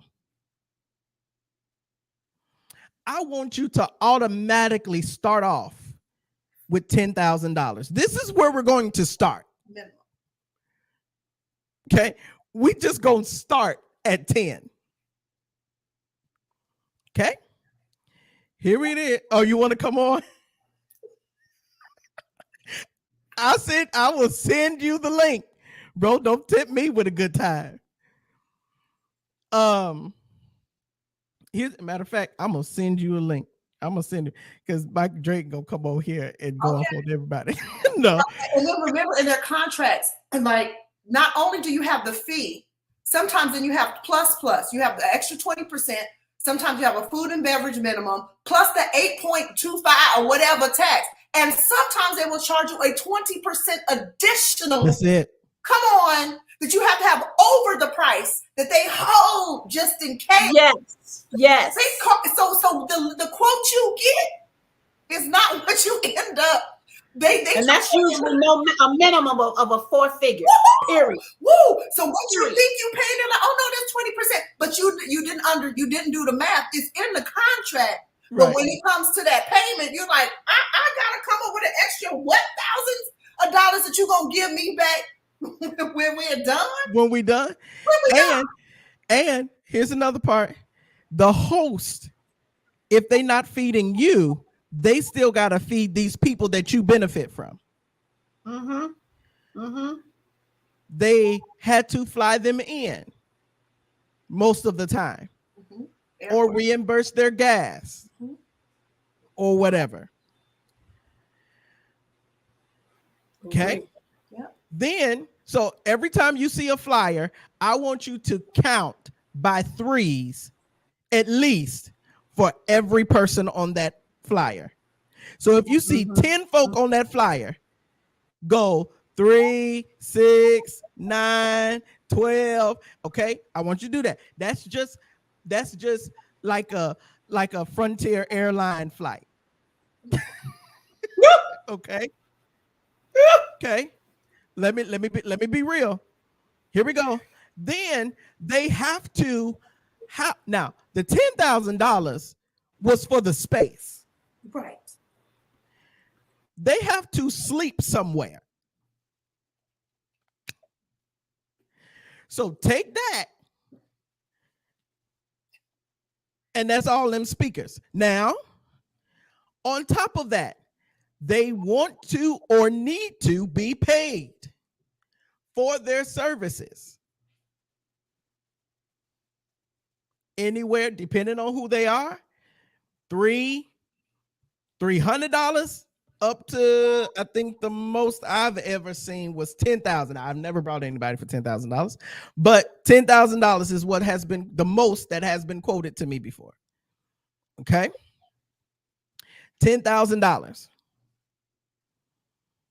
Okay, now on top of it, you don't want to just come to a conference and then just be there. You want badges and bags and goodies and gifts, and you want all of this. You want all of the trinkets and a t-shirt to boot. A t-shirt, please. Okay? You want all of this stuff so that you can take it home. You want the branding to be right. You want the branding, bro. I sent you the link in your text message. You want the branding to be right,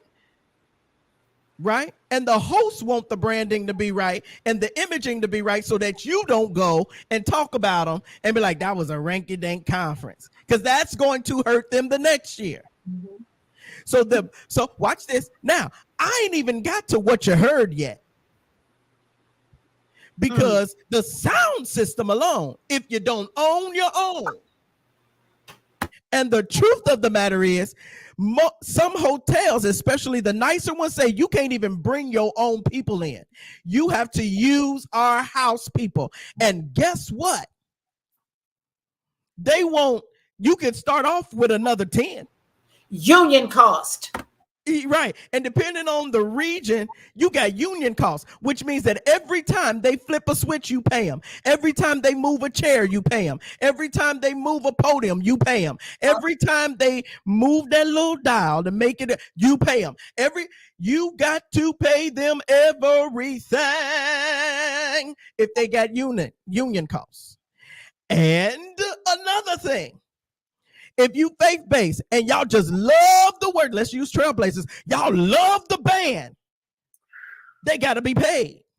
Yeah. You love the worship team, they got to be paid. Talk about it. All of these things that you so enjoy, that costs. But then you want to pay $50 and say, well, the registration should have paid for it. Boo boo, your conference bag and your badge and your t-shirt, that was the $50. No. Right. Because if it's a t-shirt of quality, it's gonna be a little bit more. Bags of quality gonna be a little more, especially if you got branding on it, and then you got other things in that bag. You're right, it'd probably be a little bit more. It is. You see what I'm saying? It's all gotta be. Listen, I'm gonna bring my bro on real quick. He on here, the businessman himself. He about to get. I know he about to unload. All right. So this is Michael Drayton. He's a businessman, and he knows faith-based and business. But he's like, listen, this whole church thing. Yeah. Look, this whole church thing, y'all church folk crazy. But I love the Lord though. I know you do. I wanted to add some color because you called me earlier. Yeah. And I don't know who's listening, but I wanted to share two experiences. There's a conference called Skybridge. There's a Skybridge conference where hedge fund managers go. And I've always wanted to go, and I finally got registered to go, but somebody died, and your sister, my wife Danielle, is like, you need to go to the funeral, and I was like, they're dead. Why am I going to the funeral? I loved them when they were alive, so seeing somebody but the wife won that battle. But what is interesting is people want wealth, but they don't want to be cut. Because I think that what the believers don't understand is there's always these instances of something having to be cut or sacrificed for there to get on the other side of what they're believing God for. But we don't want the pain and the suffering that is required to get to the other side. So we're not really experiencing the fullness of God because we haven't come to grips with Calvary, because what we do today is a direct result of having access. We have access because Jesus had to be shredded. And so when he was on the cross, when Jesus was on the cross, there's a very pretty picture of how he died. Mel Gibson did, I think, one of the best portrayals. He was not recognizable. That means that he was ripped to shreds. But because he was ripped to shreds, I think one of the prophets said the veil was ripped from the top down. That was required for you to have full access to the kingdom. What makes you think that you're going to escape that? Now, Jesus did that for you in the spiritual sense, but you have to pay the price. And the Skybridge conference, the minimum, I tried to get in on a deal. I'm going to skip in because I'm Black. Because so I reached out to I reached out to the person. He was working in the Trump administration then, but I reached out to him and say, hey, y'all don't have no black people in there. They laughed and was like, well, we'll give you a rate, but it was still a 4-figure rate. So it was like between $5,000 and then $6,000, and there's more to have more access. Here's what's critical. Anytime somebody is charging you $5,000, the understanding is the information is going to be far more valuable, so you understand your risk and your reward ratio. And so I paid 1 year, didn't go. The second year it went up. There are some conferences that are $10,000 registration fee to get in. Come on. Right.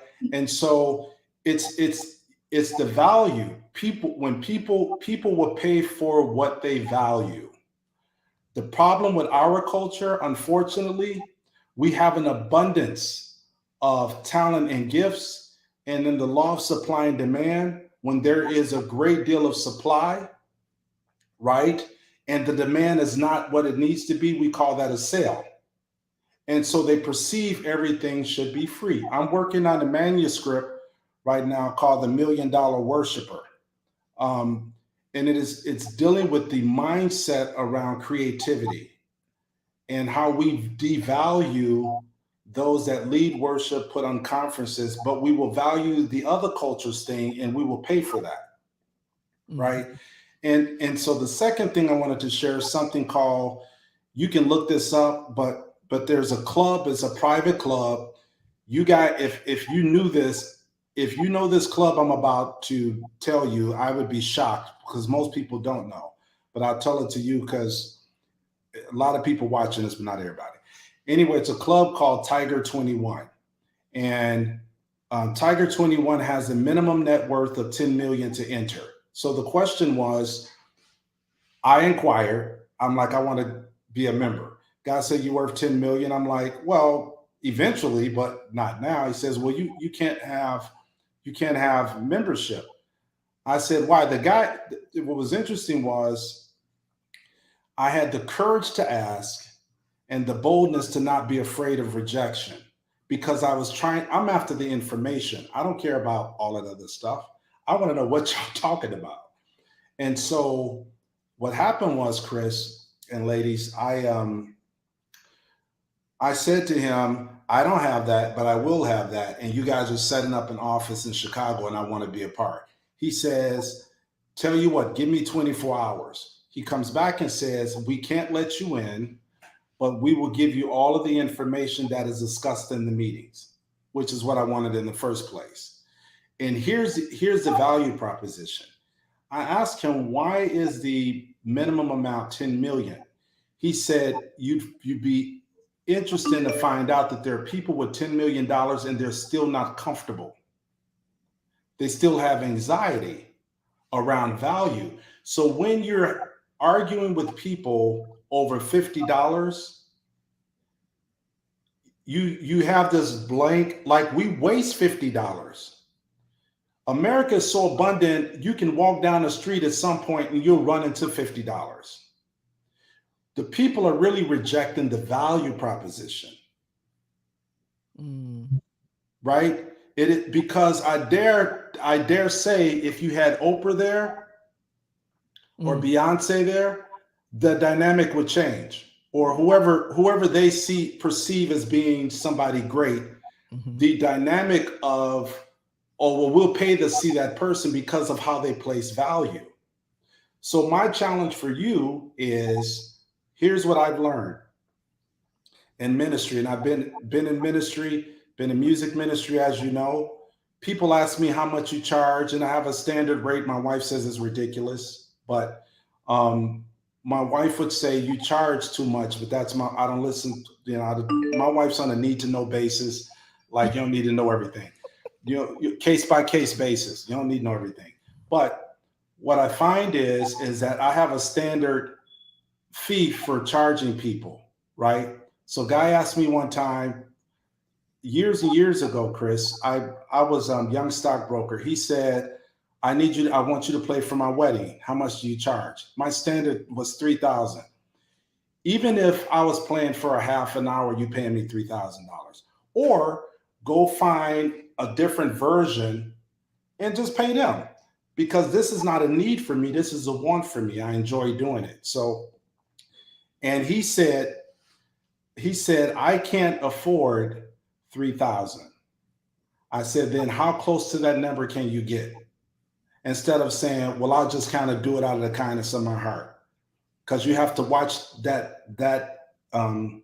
you have to be critical of what you're speaking, because death and life is in the power of the tongue, right? So I said, how close do you come? He says, well, I can probably pay you like 2,500. And then I said, well, I can't do it for 2,500. Now, keep in mind, the cost for doing the wedding was all of $50. What difference does it make? The point I'm driving home is, we ask too low, we leave too much money on the table. But let me go a little deeper. He paid it.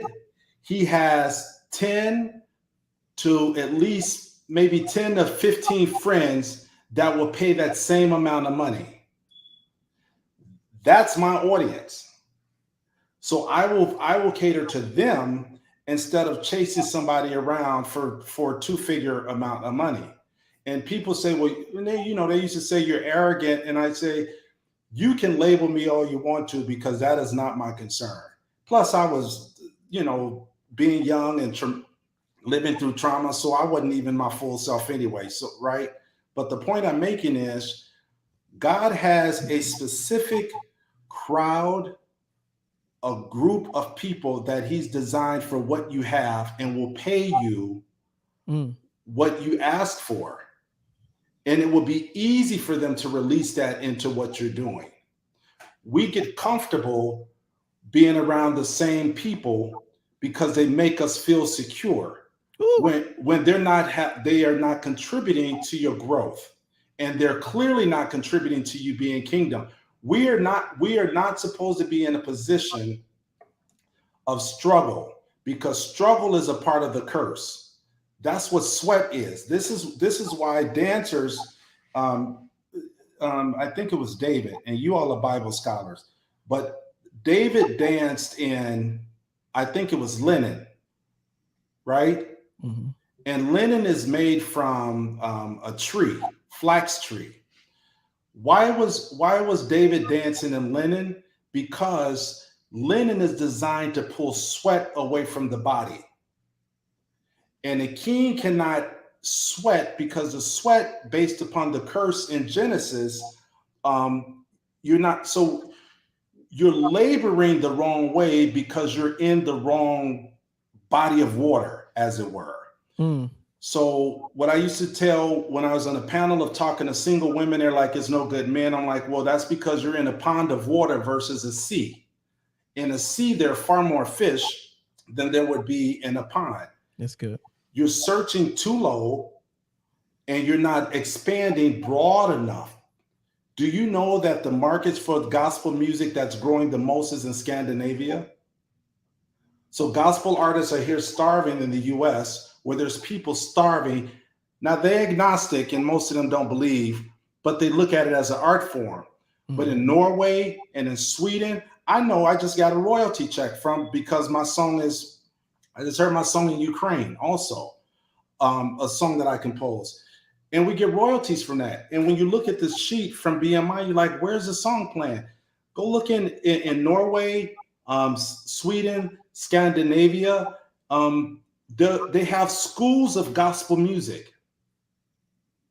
So you got the gospel artists here starving, when if you go to another country, the people are starving for the gospel artists. Does that make sense? And so when we talk about putting on a conference, it's people need to value what is being presented, but they become very comfortable. They're comfortable, and the other word is common. So Apostle Chris is common. And so we look at the Apostle Chris and we see him as his, because people make judgments based, share this last thing and I'm gonna go and do my Friday night ritual. Y'all don't even know what that is. But and Chris, this is the house that I bought that we're still working through.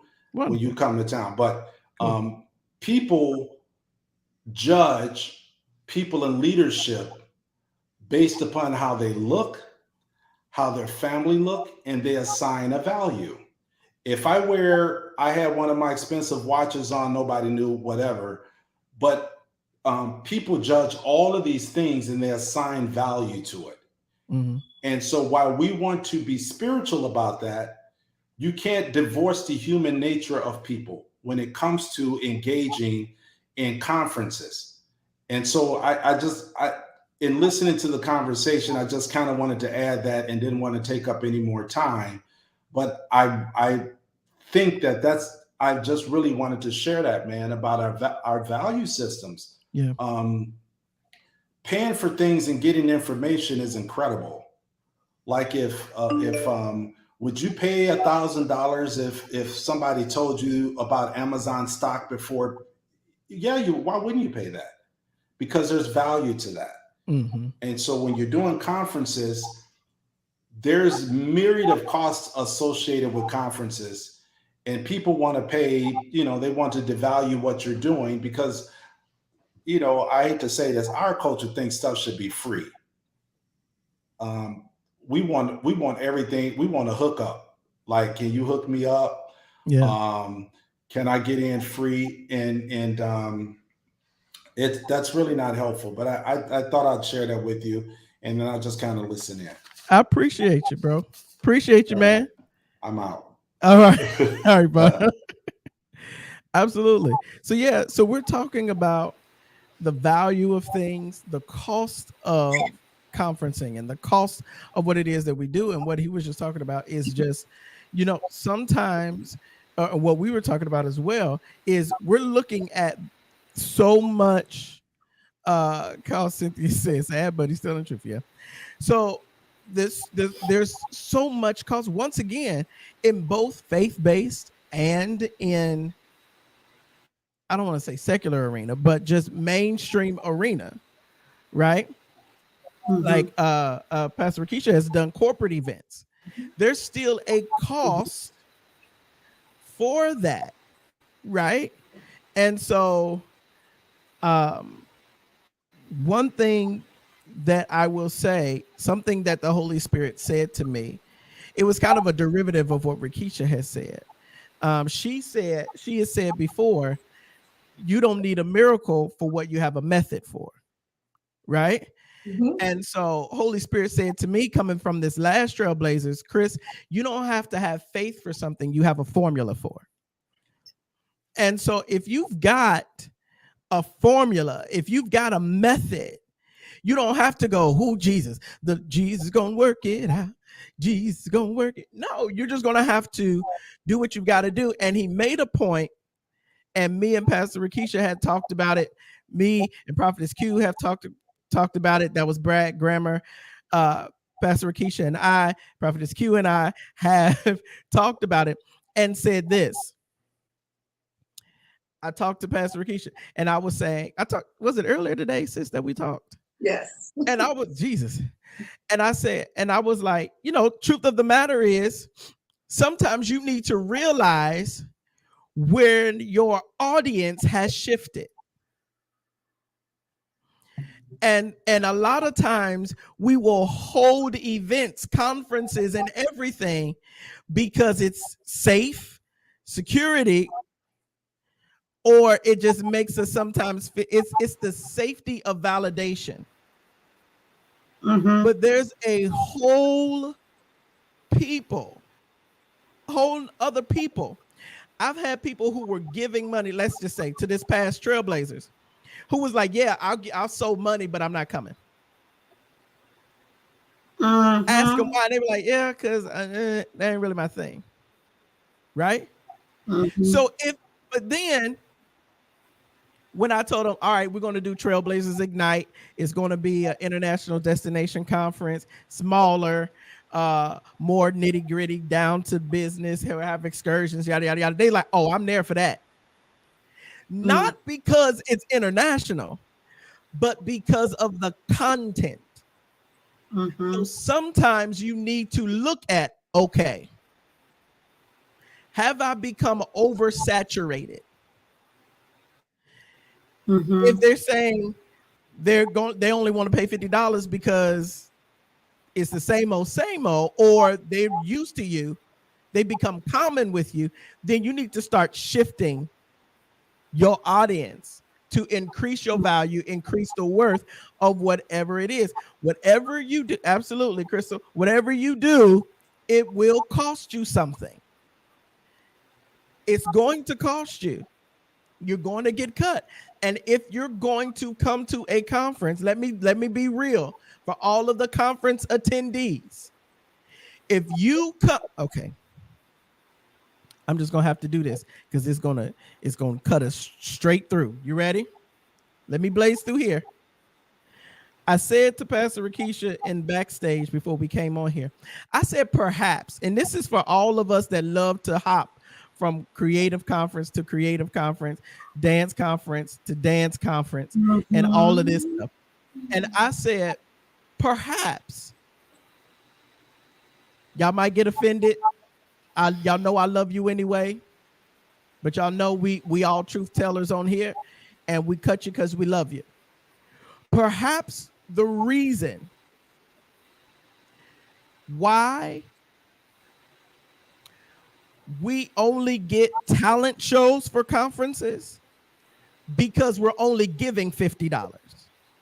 So what we can afford is only a talent show. What we can afford is only a display of gifts. We can't afford the real content carriers, the ones that's going to come in and really, like a Rakisha. I know my sister. She may love you, but she ain't coming for $50. She can't come for $50. Not when she can make $50 in 10 minutes. You see what I'm saying? So I'm not coming for $50 either.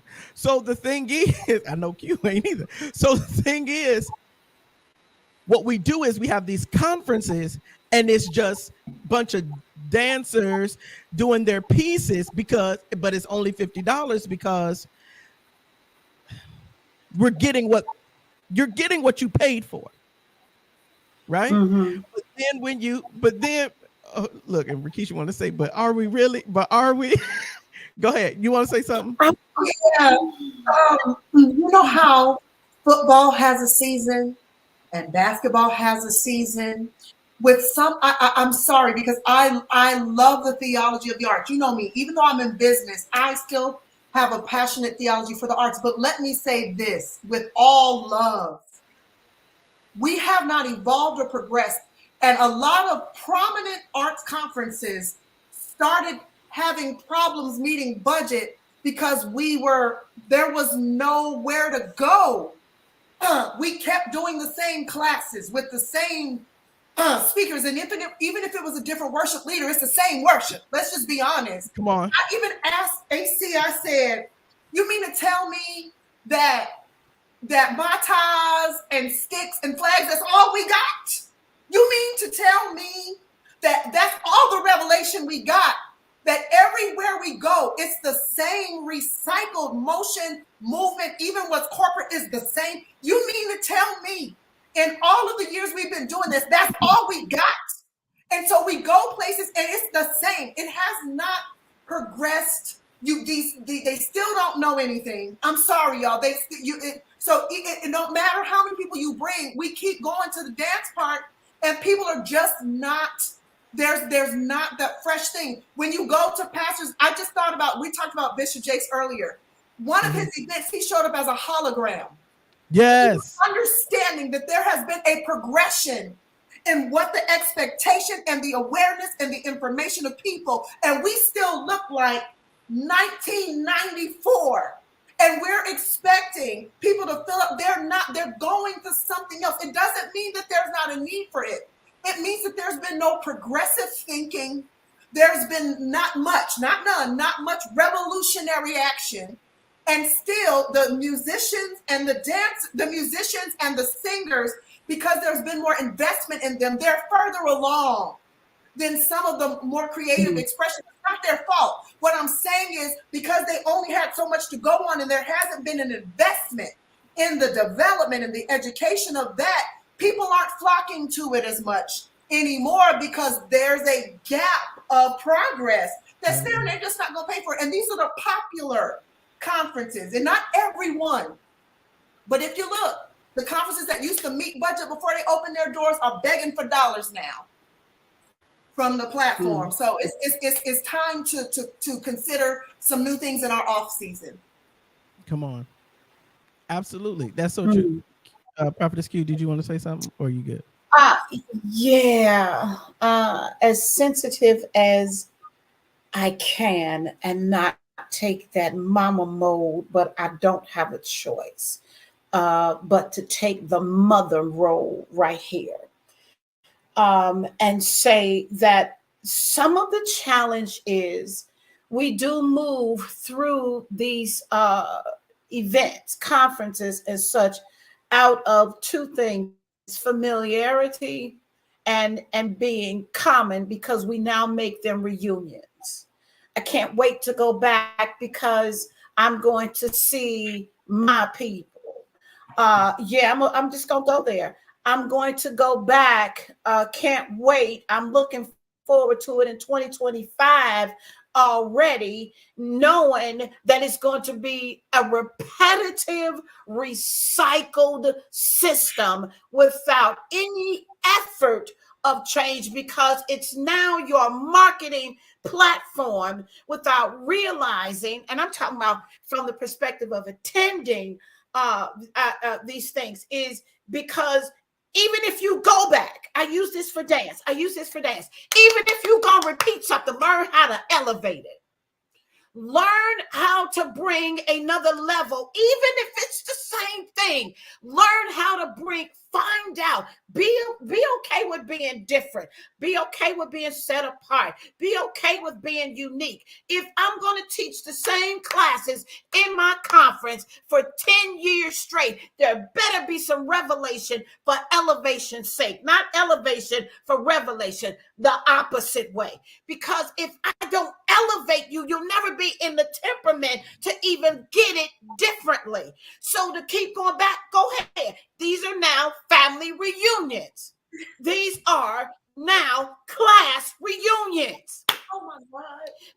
And you won't even venture anywhere else to do anything different because those people are not in your popularity circle of cycle that you continue to do. That's why Trailblazers is unique. It's not just feeding the talent of man. It's giving them essence for content's sake, so that you leave there to do exactly what it says. Be a trailblazer. Go pioneer something. Go set something else on fire instead of trying to reestablish or reburn something that's already burnt up and done. We don't want to venture. I said I was going to go there. We don't want to venture out because those people are not popular. Those people don't have enough conversation in the same circles. But isn't that what it's not supposed to do? If it's your circle, it can't let something else in. So try something different. The least you can say is you made a different effort. If I keep going back to the same thing, expecting something different, what does that make me? Insane. What does that make me? The man Brother Mike said, he's looking into some different things because he's looking for a different elevation of his mind for the outcome of not just his family, but his life, his education, his being, just to stretch into something different. The faith base is the one area where we will not evolve. We just keep revolving. Right. We won't evolve. We won't grow into something different. We want to keep revolving. We want to keep repeating. We want to keep I can't reach my water on that. Entertaining. But I need my water. On, you know it's the truth. Right. I have to keep on because I know I need to. You know it's the truth because And it's not to put anybody down. It's really not, but it is to awaken God's people. You keep investing in the same thing at the same level. Don't expect a wealth exchange. Don't expect a wealth growth. Don't of mind, body, spirit, your gift, your talent, where you're serving, what you're doing. If you keep repeating the same thing, there are people out here, and I just mentioned, yours is it's giving you something different. It's still trailblazers, but every trailblazer is a revelation because it's evolving what you're doing. It's evolving the way that you do it. Yeah, you want to keep bringing the Matas back. Okay, great. What are you doing different with it now that you weren't doing before? What is your revelation now that you didn't have before? What is your elevation now? Where's your creativity now? Where is your understanding now? Where's your wisdom in it now? Where's your knowledge in it now? You know what I mean? If you're gonna keep doing the same thing, level up some kind of way. Find another altitude. You know what I mean? And in those, and in a lot of those, they're paying a lot of money to repeat the same thing. Jesus Christ. I mean, which is back to the foundation. What's your purpose? What's your purpose in what you're doing? You know what I mean? As a conference host, as an attendee, don't keep going to these events. And I will bank on this. If you come to Sprinkle to a Splendor, you can't be the same. That is what we labor for, is you cannot be the same. I can't, because the revelation of even what it says, you got to spring into his splendor. That means you need to grow into what he's given you, what he's given you for, not just to be able to say you got it. What'd you get? I asked that question. What's your expectation in attending? That's in the questionnaire. What is your expectation?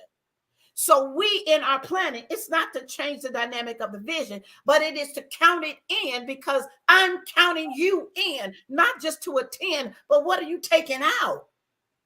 Then we check with you. Did it live up to what your expectations were? Are you getting what you came there for? And what were you expecting? And what are you doing to put into it? Don't tell me you had a good time. That's great, but I'm not interested. I'm not interested that you had a good time. So whoever you're hosting, if somebody come to my home, I want them to have an awesome time, but I want them to have an awesome time to the point that they're going to want to come back. Wow, every time I come in Q's house, it's so peaceful. We actually hear this. Every time I come there, it's hard to leave, but it's dark out here at night. Oh God, we don't have street lights. I'm kind of in the country. Chris, no, he's been here before. So people they're willing to risk it because they don't want to leave. Right. Yeah. So whatever you're planning, make it so much so that they don't want to leave it. Even if they're going to keep coming back, don't repeat it. So there's no two the same. No two experiences, no two encounters to be the same, which is where that's where we get cut. Because I can't let this be familiar.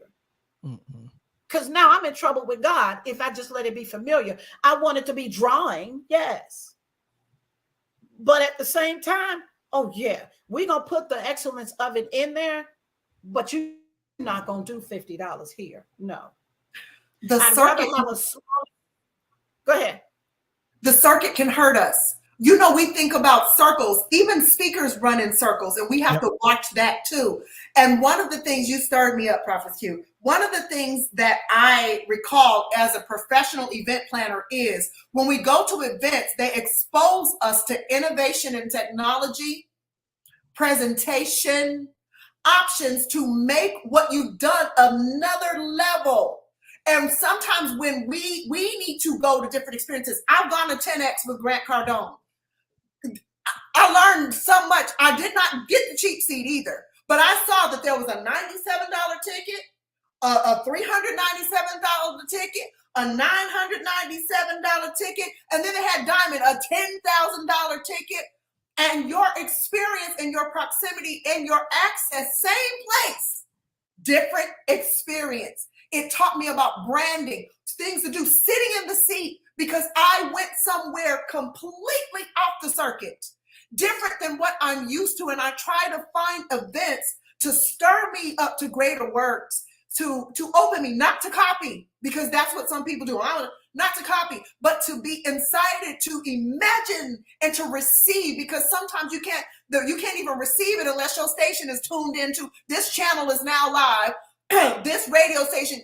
I have to even be able to receive it in that station. And that's what I do. I go get a new station that's able to receive new information that I can then transmit. And so hosts, attendees, all get off the circuit. It'll change your experience. I don't hesitate paying for certain tickets, because I know what I'm going to walk away with is more than I paid to go there.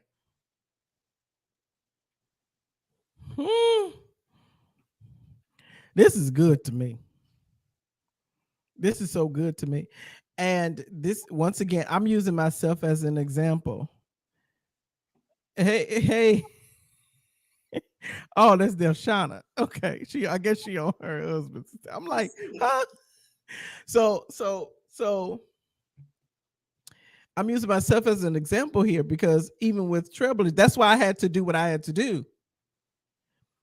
You got to be able to switch it up. Do I think I might lose registrants? Yes. Am I mad about it? No. Just, it's like, oh. But then you got to understand, and here's the truth. Many of our conferences just have recycled people.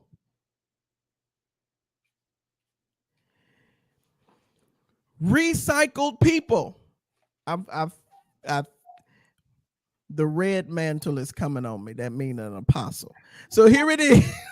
Here it is. You ready? Because the truth of the matter is, can I be real? You spend more money conference hopping than investing in one single focus. What do I mean? And I don't mean conference hopping in like you going over here, like for instance, you go to a Grant Cardone, and then you might go to a pastors and leaders conference, and then you might go to a Greater Island if you're a dancer, you go to to something like that. I'm not saying that you don't do that. I'm talking about you go to Greater Island, then you turn around and go to Rivers of Life dance conference. Then you turn around and go the well that never runs dry. And then you turn around and go to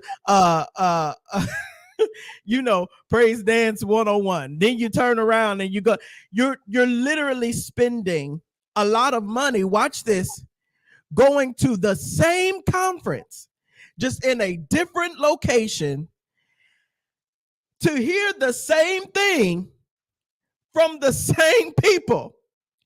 Pastor Rakisha will tell you this year Trailblazers, I was like, oh no, you're not talking about books. Oh no, you're not talking about East. No, you could talk about East, but your subject is going to be something totally different. You're going to talk about something totally different. What I need you to do, no. Dance class ain't just going to be 5, 6, 7, 8. No, it's going to be something totally different. Flag gonna be it ain't gonna be this how you do a figure 8. Nope, something different.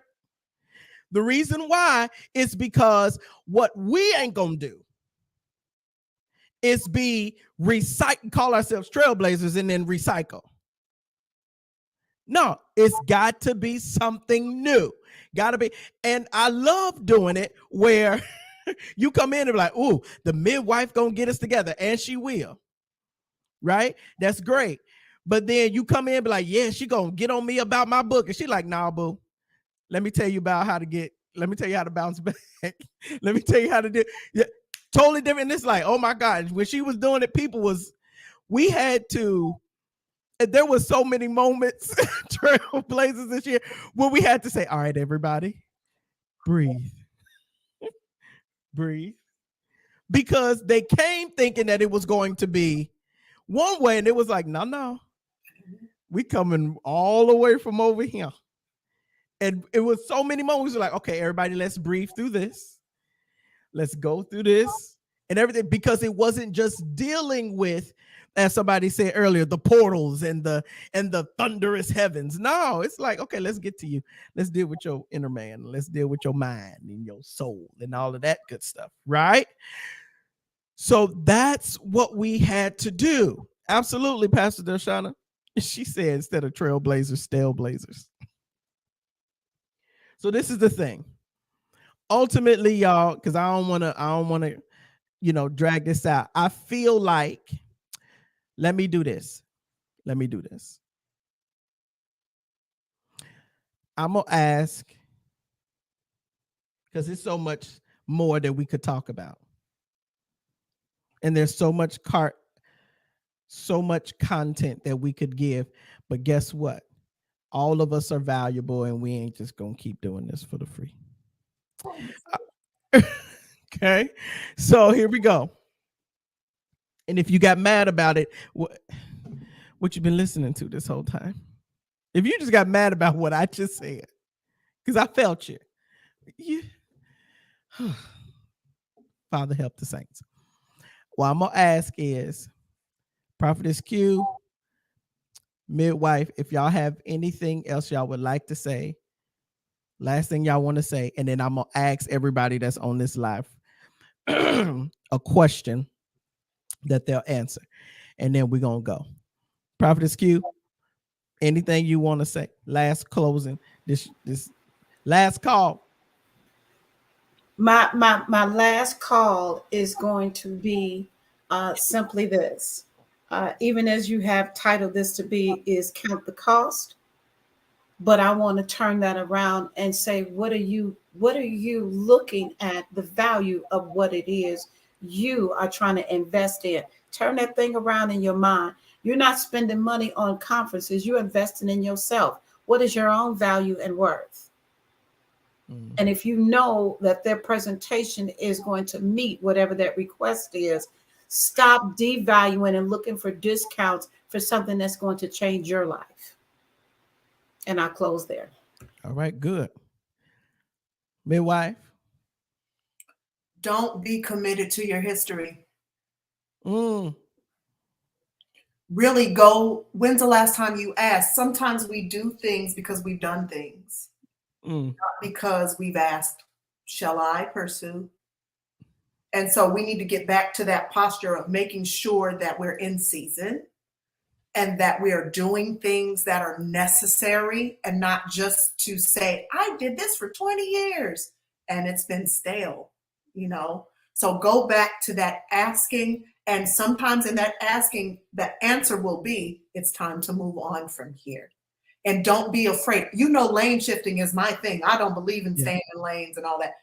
When you have been graced, sometimes you're graced to do that in any realm, sphere, and sometimes you've been in a place so long that it's time for you to move from there, and there is a greater reward, different connections, different circles, different experience, and an opportunity for you to be a student again if you will move forward.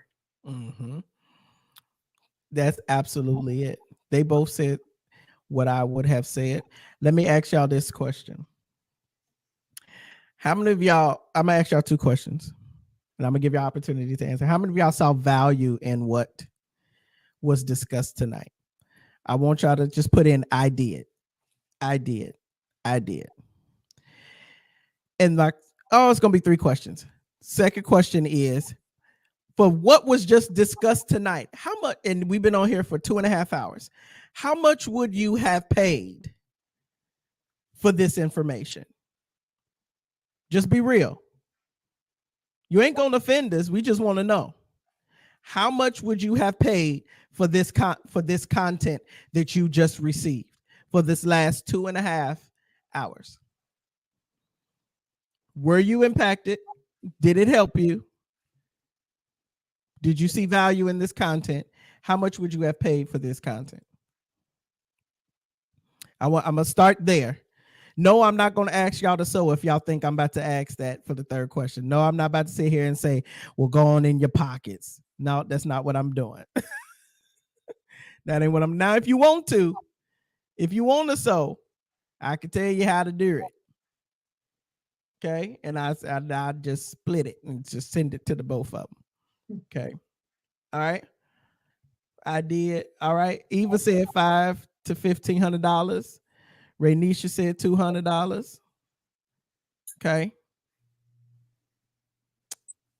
Okay. $500 to $800. Mm-hmm.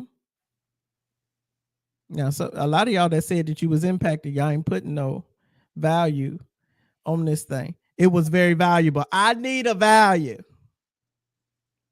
She said per person, $500 to $1,500 per person is what she said. Okay. Come on. This is good. It's a lot of y'all on here and y'all ain't commenting. So that's either mean y'all shadow watching or y'all just don't want to be participatory. Impacted.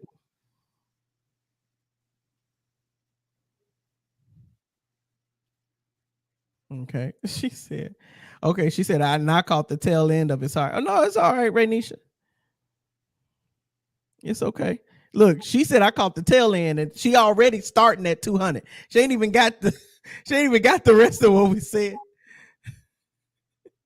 Denise Harris said I just got in. Okay. Hey, Denise. Okay. So here it is. Here's my last question. Last question. I ain't even planning on doing this. I ain't talked to them about it. But I'm going to ask the question. Okay. All right. So we got 15 to 2,000. Okay. I did. And the cost of value, $300. Hey, Alicia Coleman. Okay. I see y'all. So we averaging about five to 750 is, if I would say, an average. Is what I'm looking at. Okay, so this is my question. Here we go. What a question. Yeah, I know. Here's the question. If we gave y'all one day, a virtual 1 day session, class, course, training on how to put together a cost-effective yet blowout conference event. We gave y'all all our tools and tricks of the trade about our tips and tools and tricks of the trade, technologies, portals, platforms, staffing, all type like experiential thing, hospitality ideas. We give, I know me and Rakisha do it. We give y'all insight on businesses or companies that will pay you to come to them to put you in front of hotels and event people and CVBs, put you up in a hotel, feed you, spoil you. Always, we gave y'all list of them, give you money and incentives, all of that stuff. If we gave y'all this and we tagged it, because I'm gonna tell y'all now, if we tagged it we gave y'all 1 day and it was $4.99. It ain't gonna be $50. We told y'all we buying that $50 spirit in the name of the Lord God. This was y'all, this is your funnel where you give something free so that you come to some. I ain't even playing on this. This is your free thing. So you might as well just watch this live over again.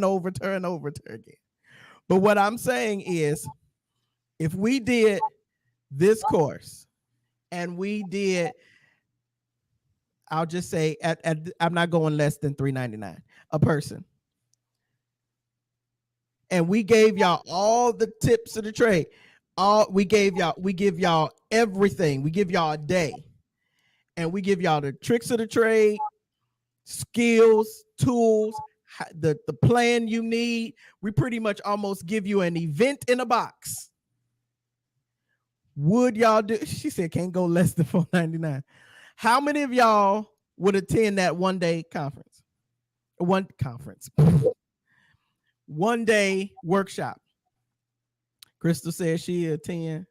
Eva says she there. Eva said me. If you would attend, just put me.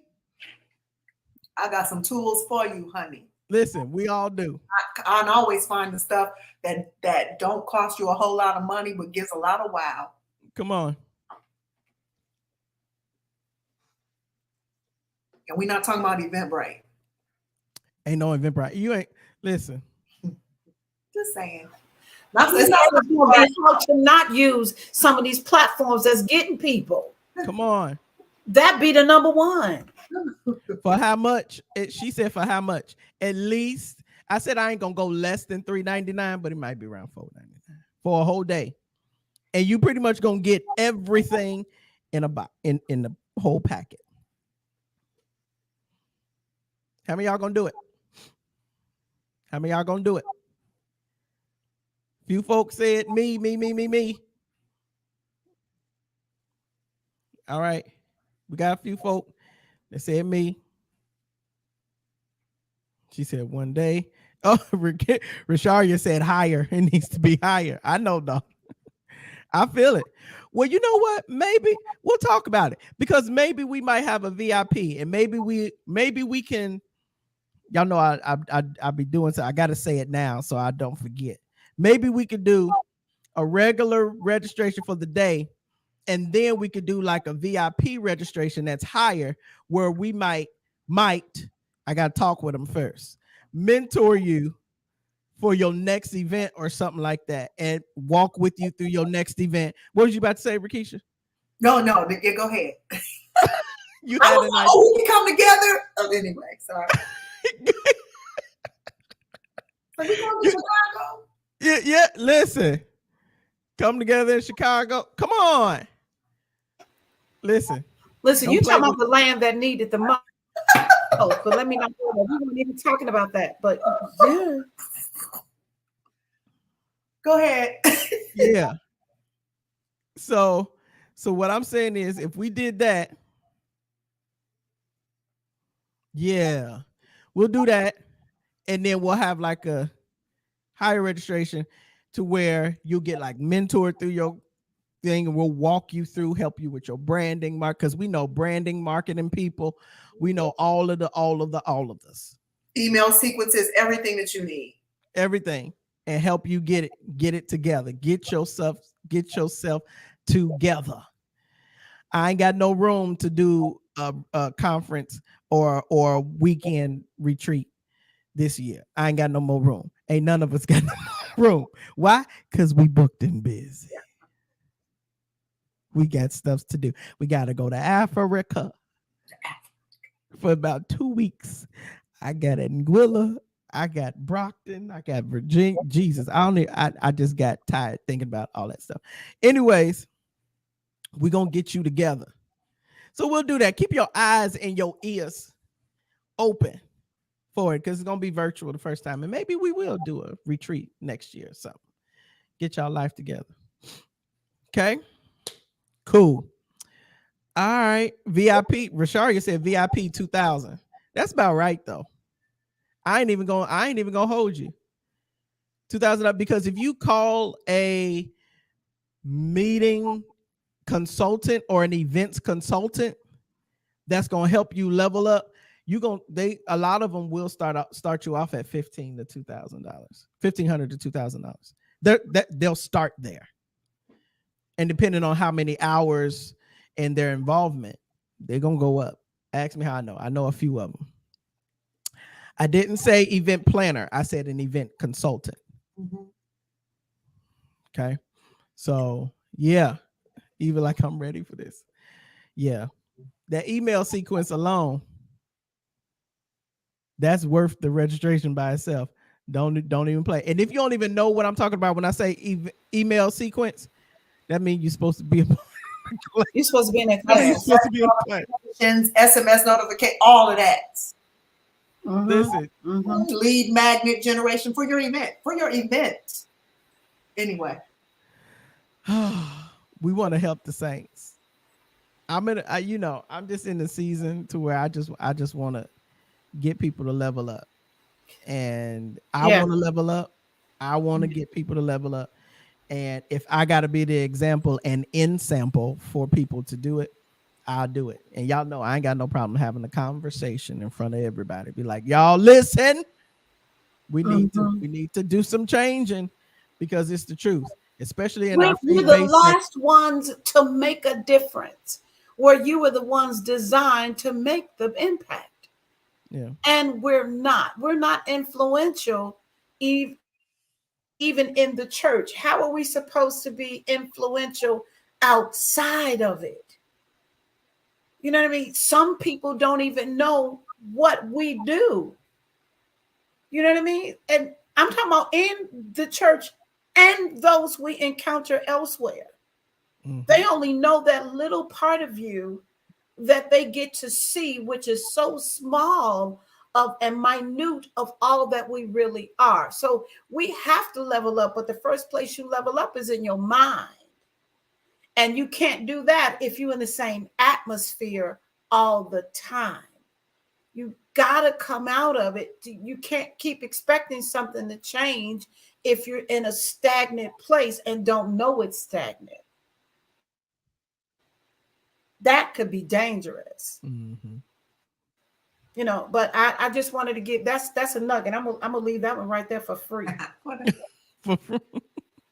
But the content can't be. We know our value, and we're assets to anybody's lives that we encounter. And it's not to put money on anything, because value doesn't have anything to do with monetary gain. Value has to do with the impact for change. Period. Oh, I'm gonna keep that one. That's mine. All right. Well, hold on to it. All right, cool beans. So listen, that's what we're gonna do. I'm gonna brainstorm with them. We're gonna figure something out. We're gonna put something together, package it together, and we're gonna make it happen. Y'all stay tuned. And y'all know I got to move fast on it. So because I got to get it done. Because I ain't got no time. From the end of September through the rest of the year, I ain't got no more time. So we're gonna have to do something soon. Okay. All right. I love y'all. I appreciate y'all. Rakisha, Q, stay in the queue real quick. All right, listen, I love y'all. Wasn't that good? I hope y'all were blessed by that. I know y'all were. I shouldn't even say hope, because I know y'all were. So I love y'all. Y'all have a great day. Y'all have an amazing day. If y'all want to sew into it, y'all can. I'm not going to put up the graphic, but if y'all want to sew into it, y'all can. If you want to know how you can, you could just inbox me if you don't know how. But everybody else, most of y'all on here, y'all follow me anyway. Y'all know the Cash App, y'all know the Venmo, y'all know all of that stuff, because I do it all the time. So I love y'all. God bless y'all. Y'all have the most amazing night. Y'all have the most amazing evening. Be the solution to somebody's problem, okay? I love y'all. Do the world a favor. Be somebody great. Peace.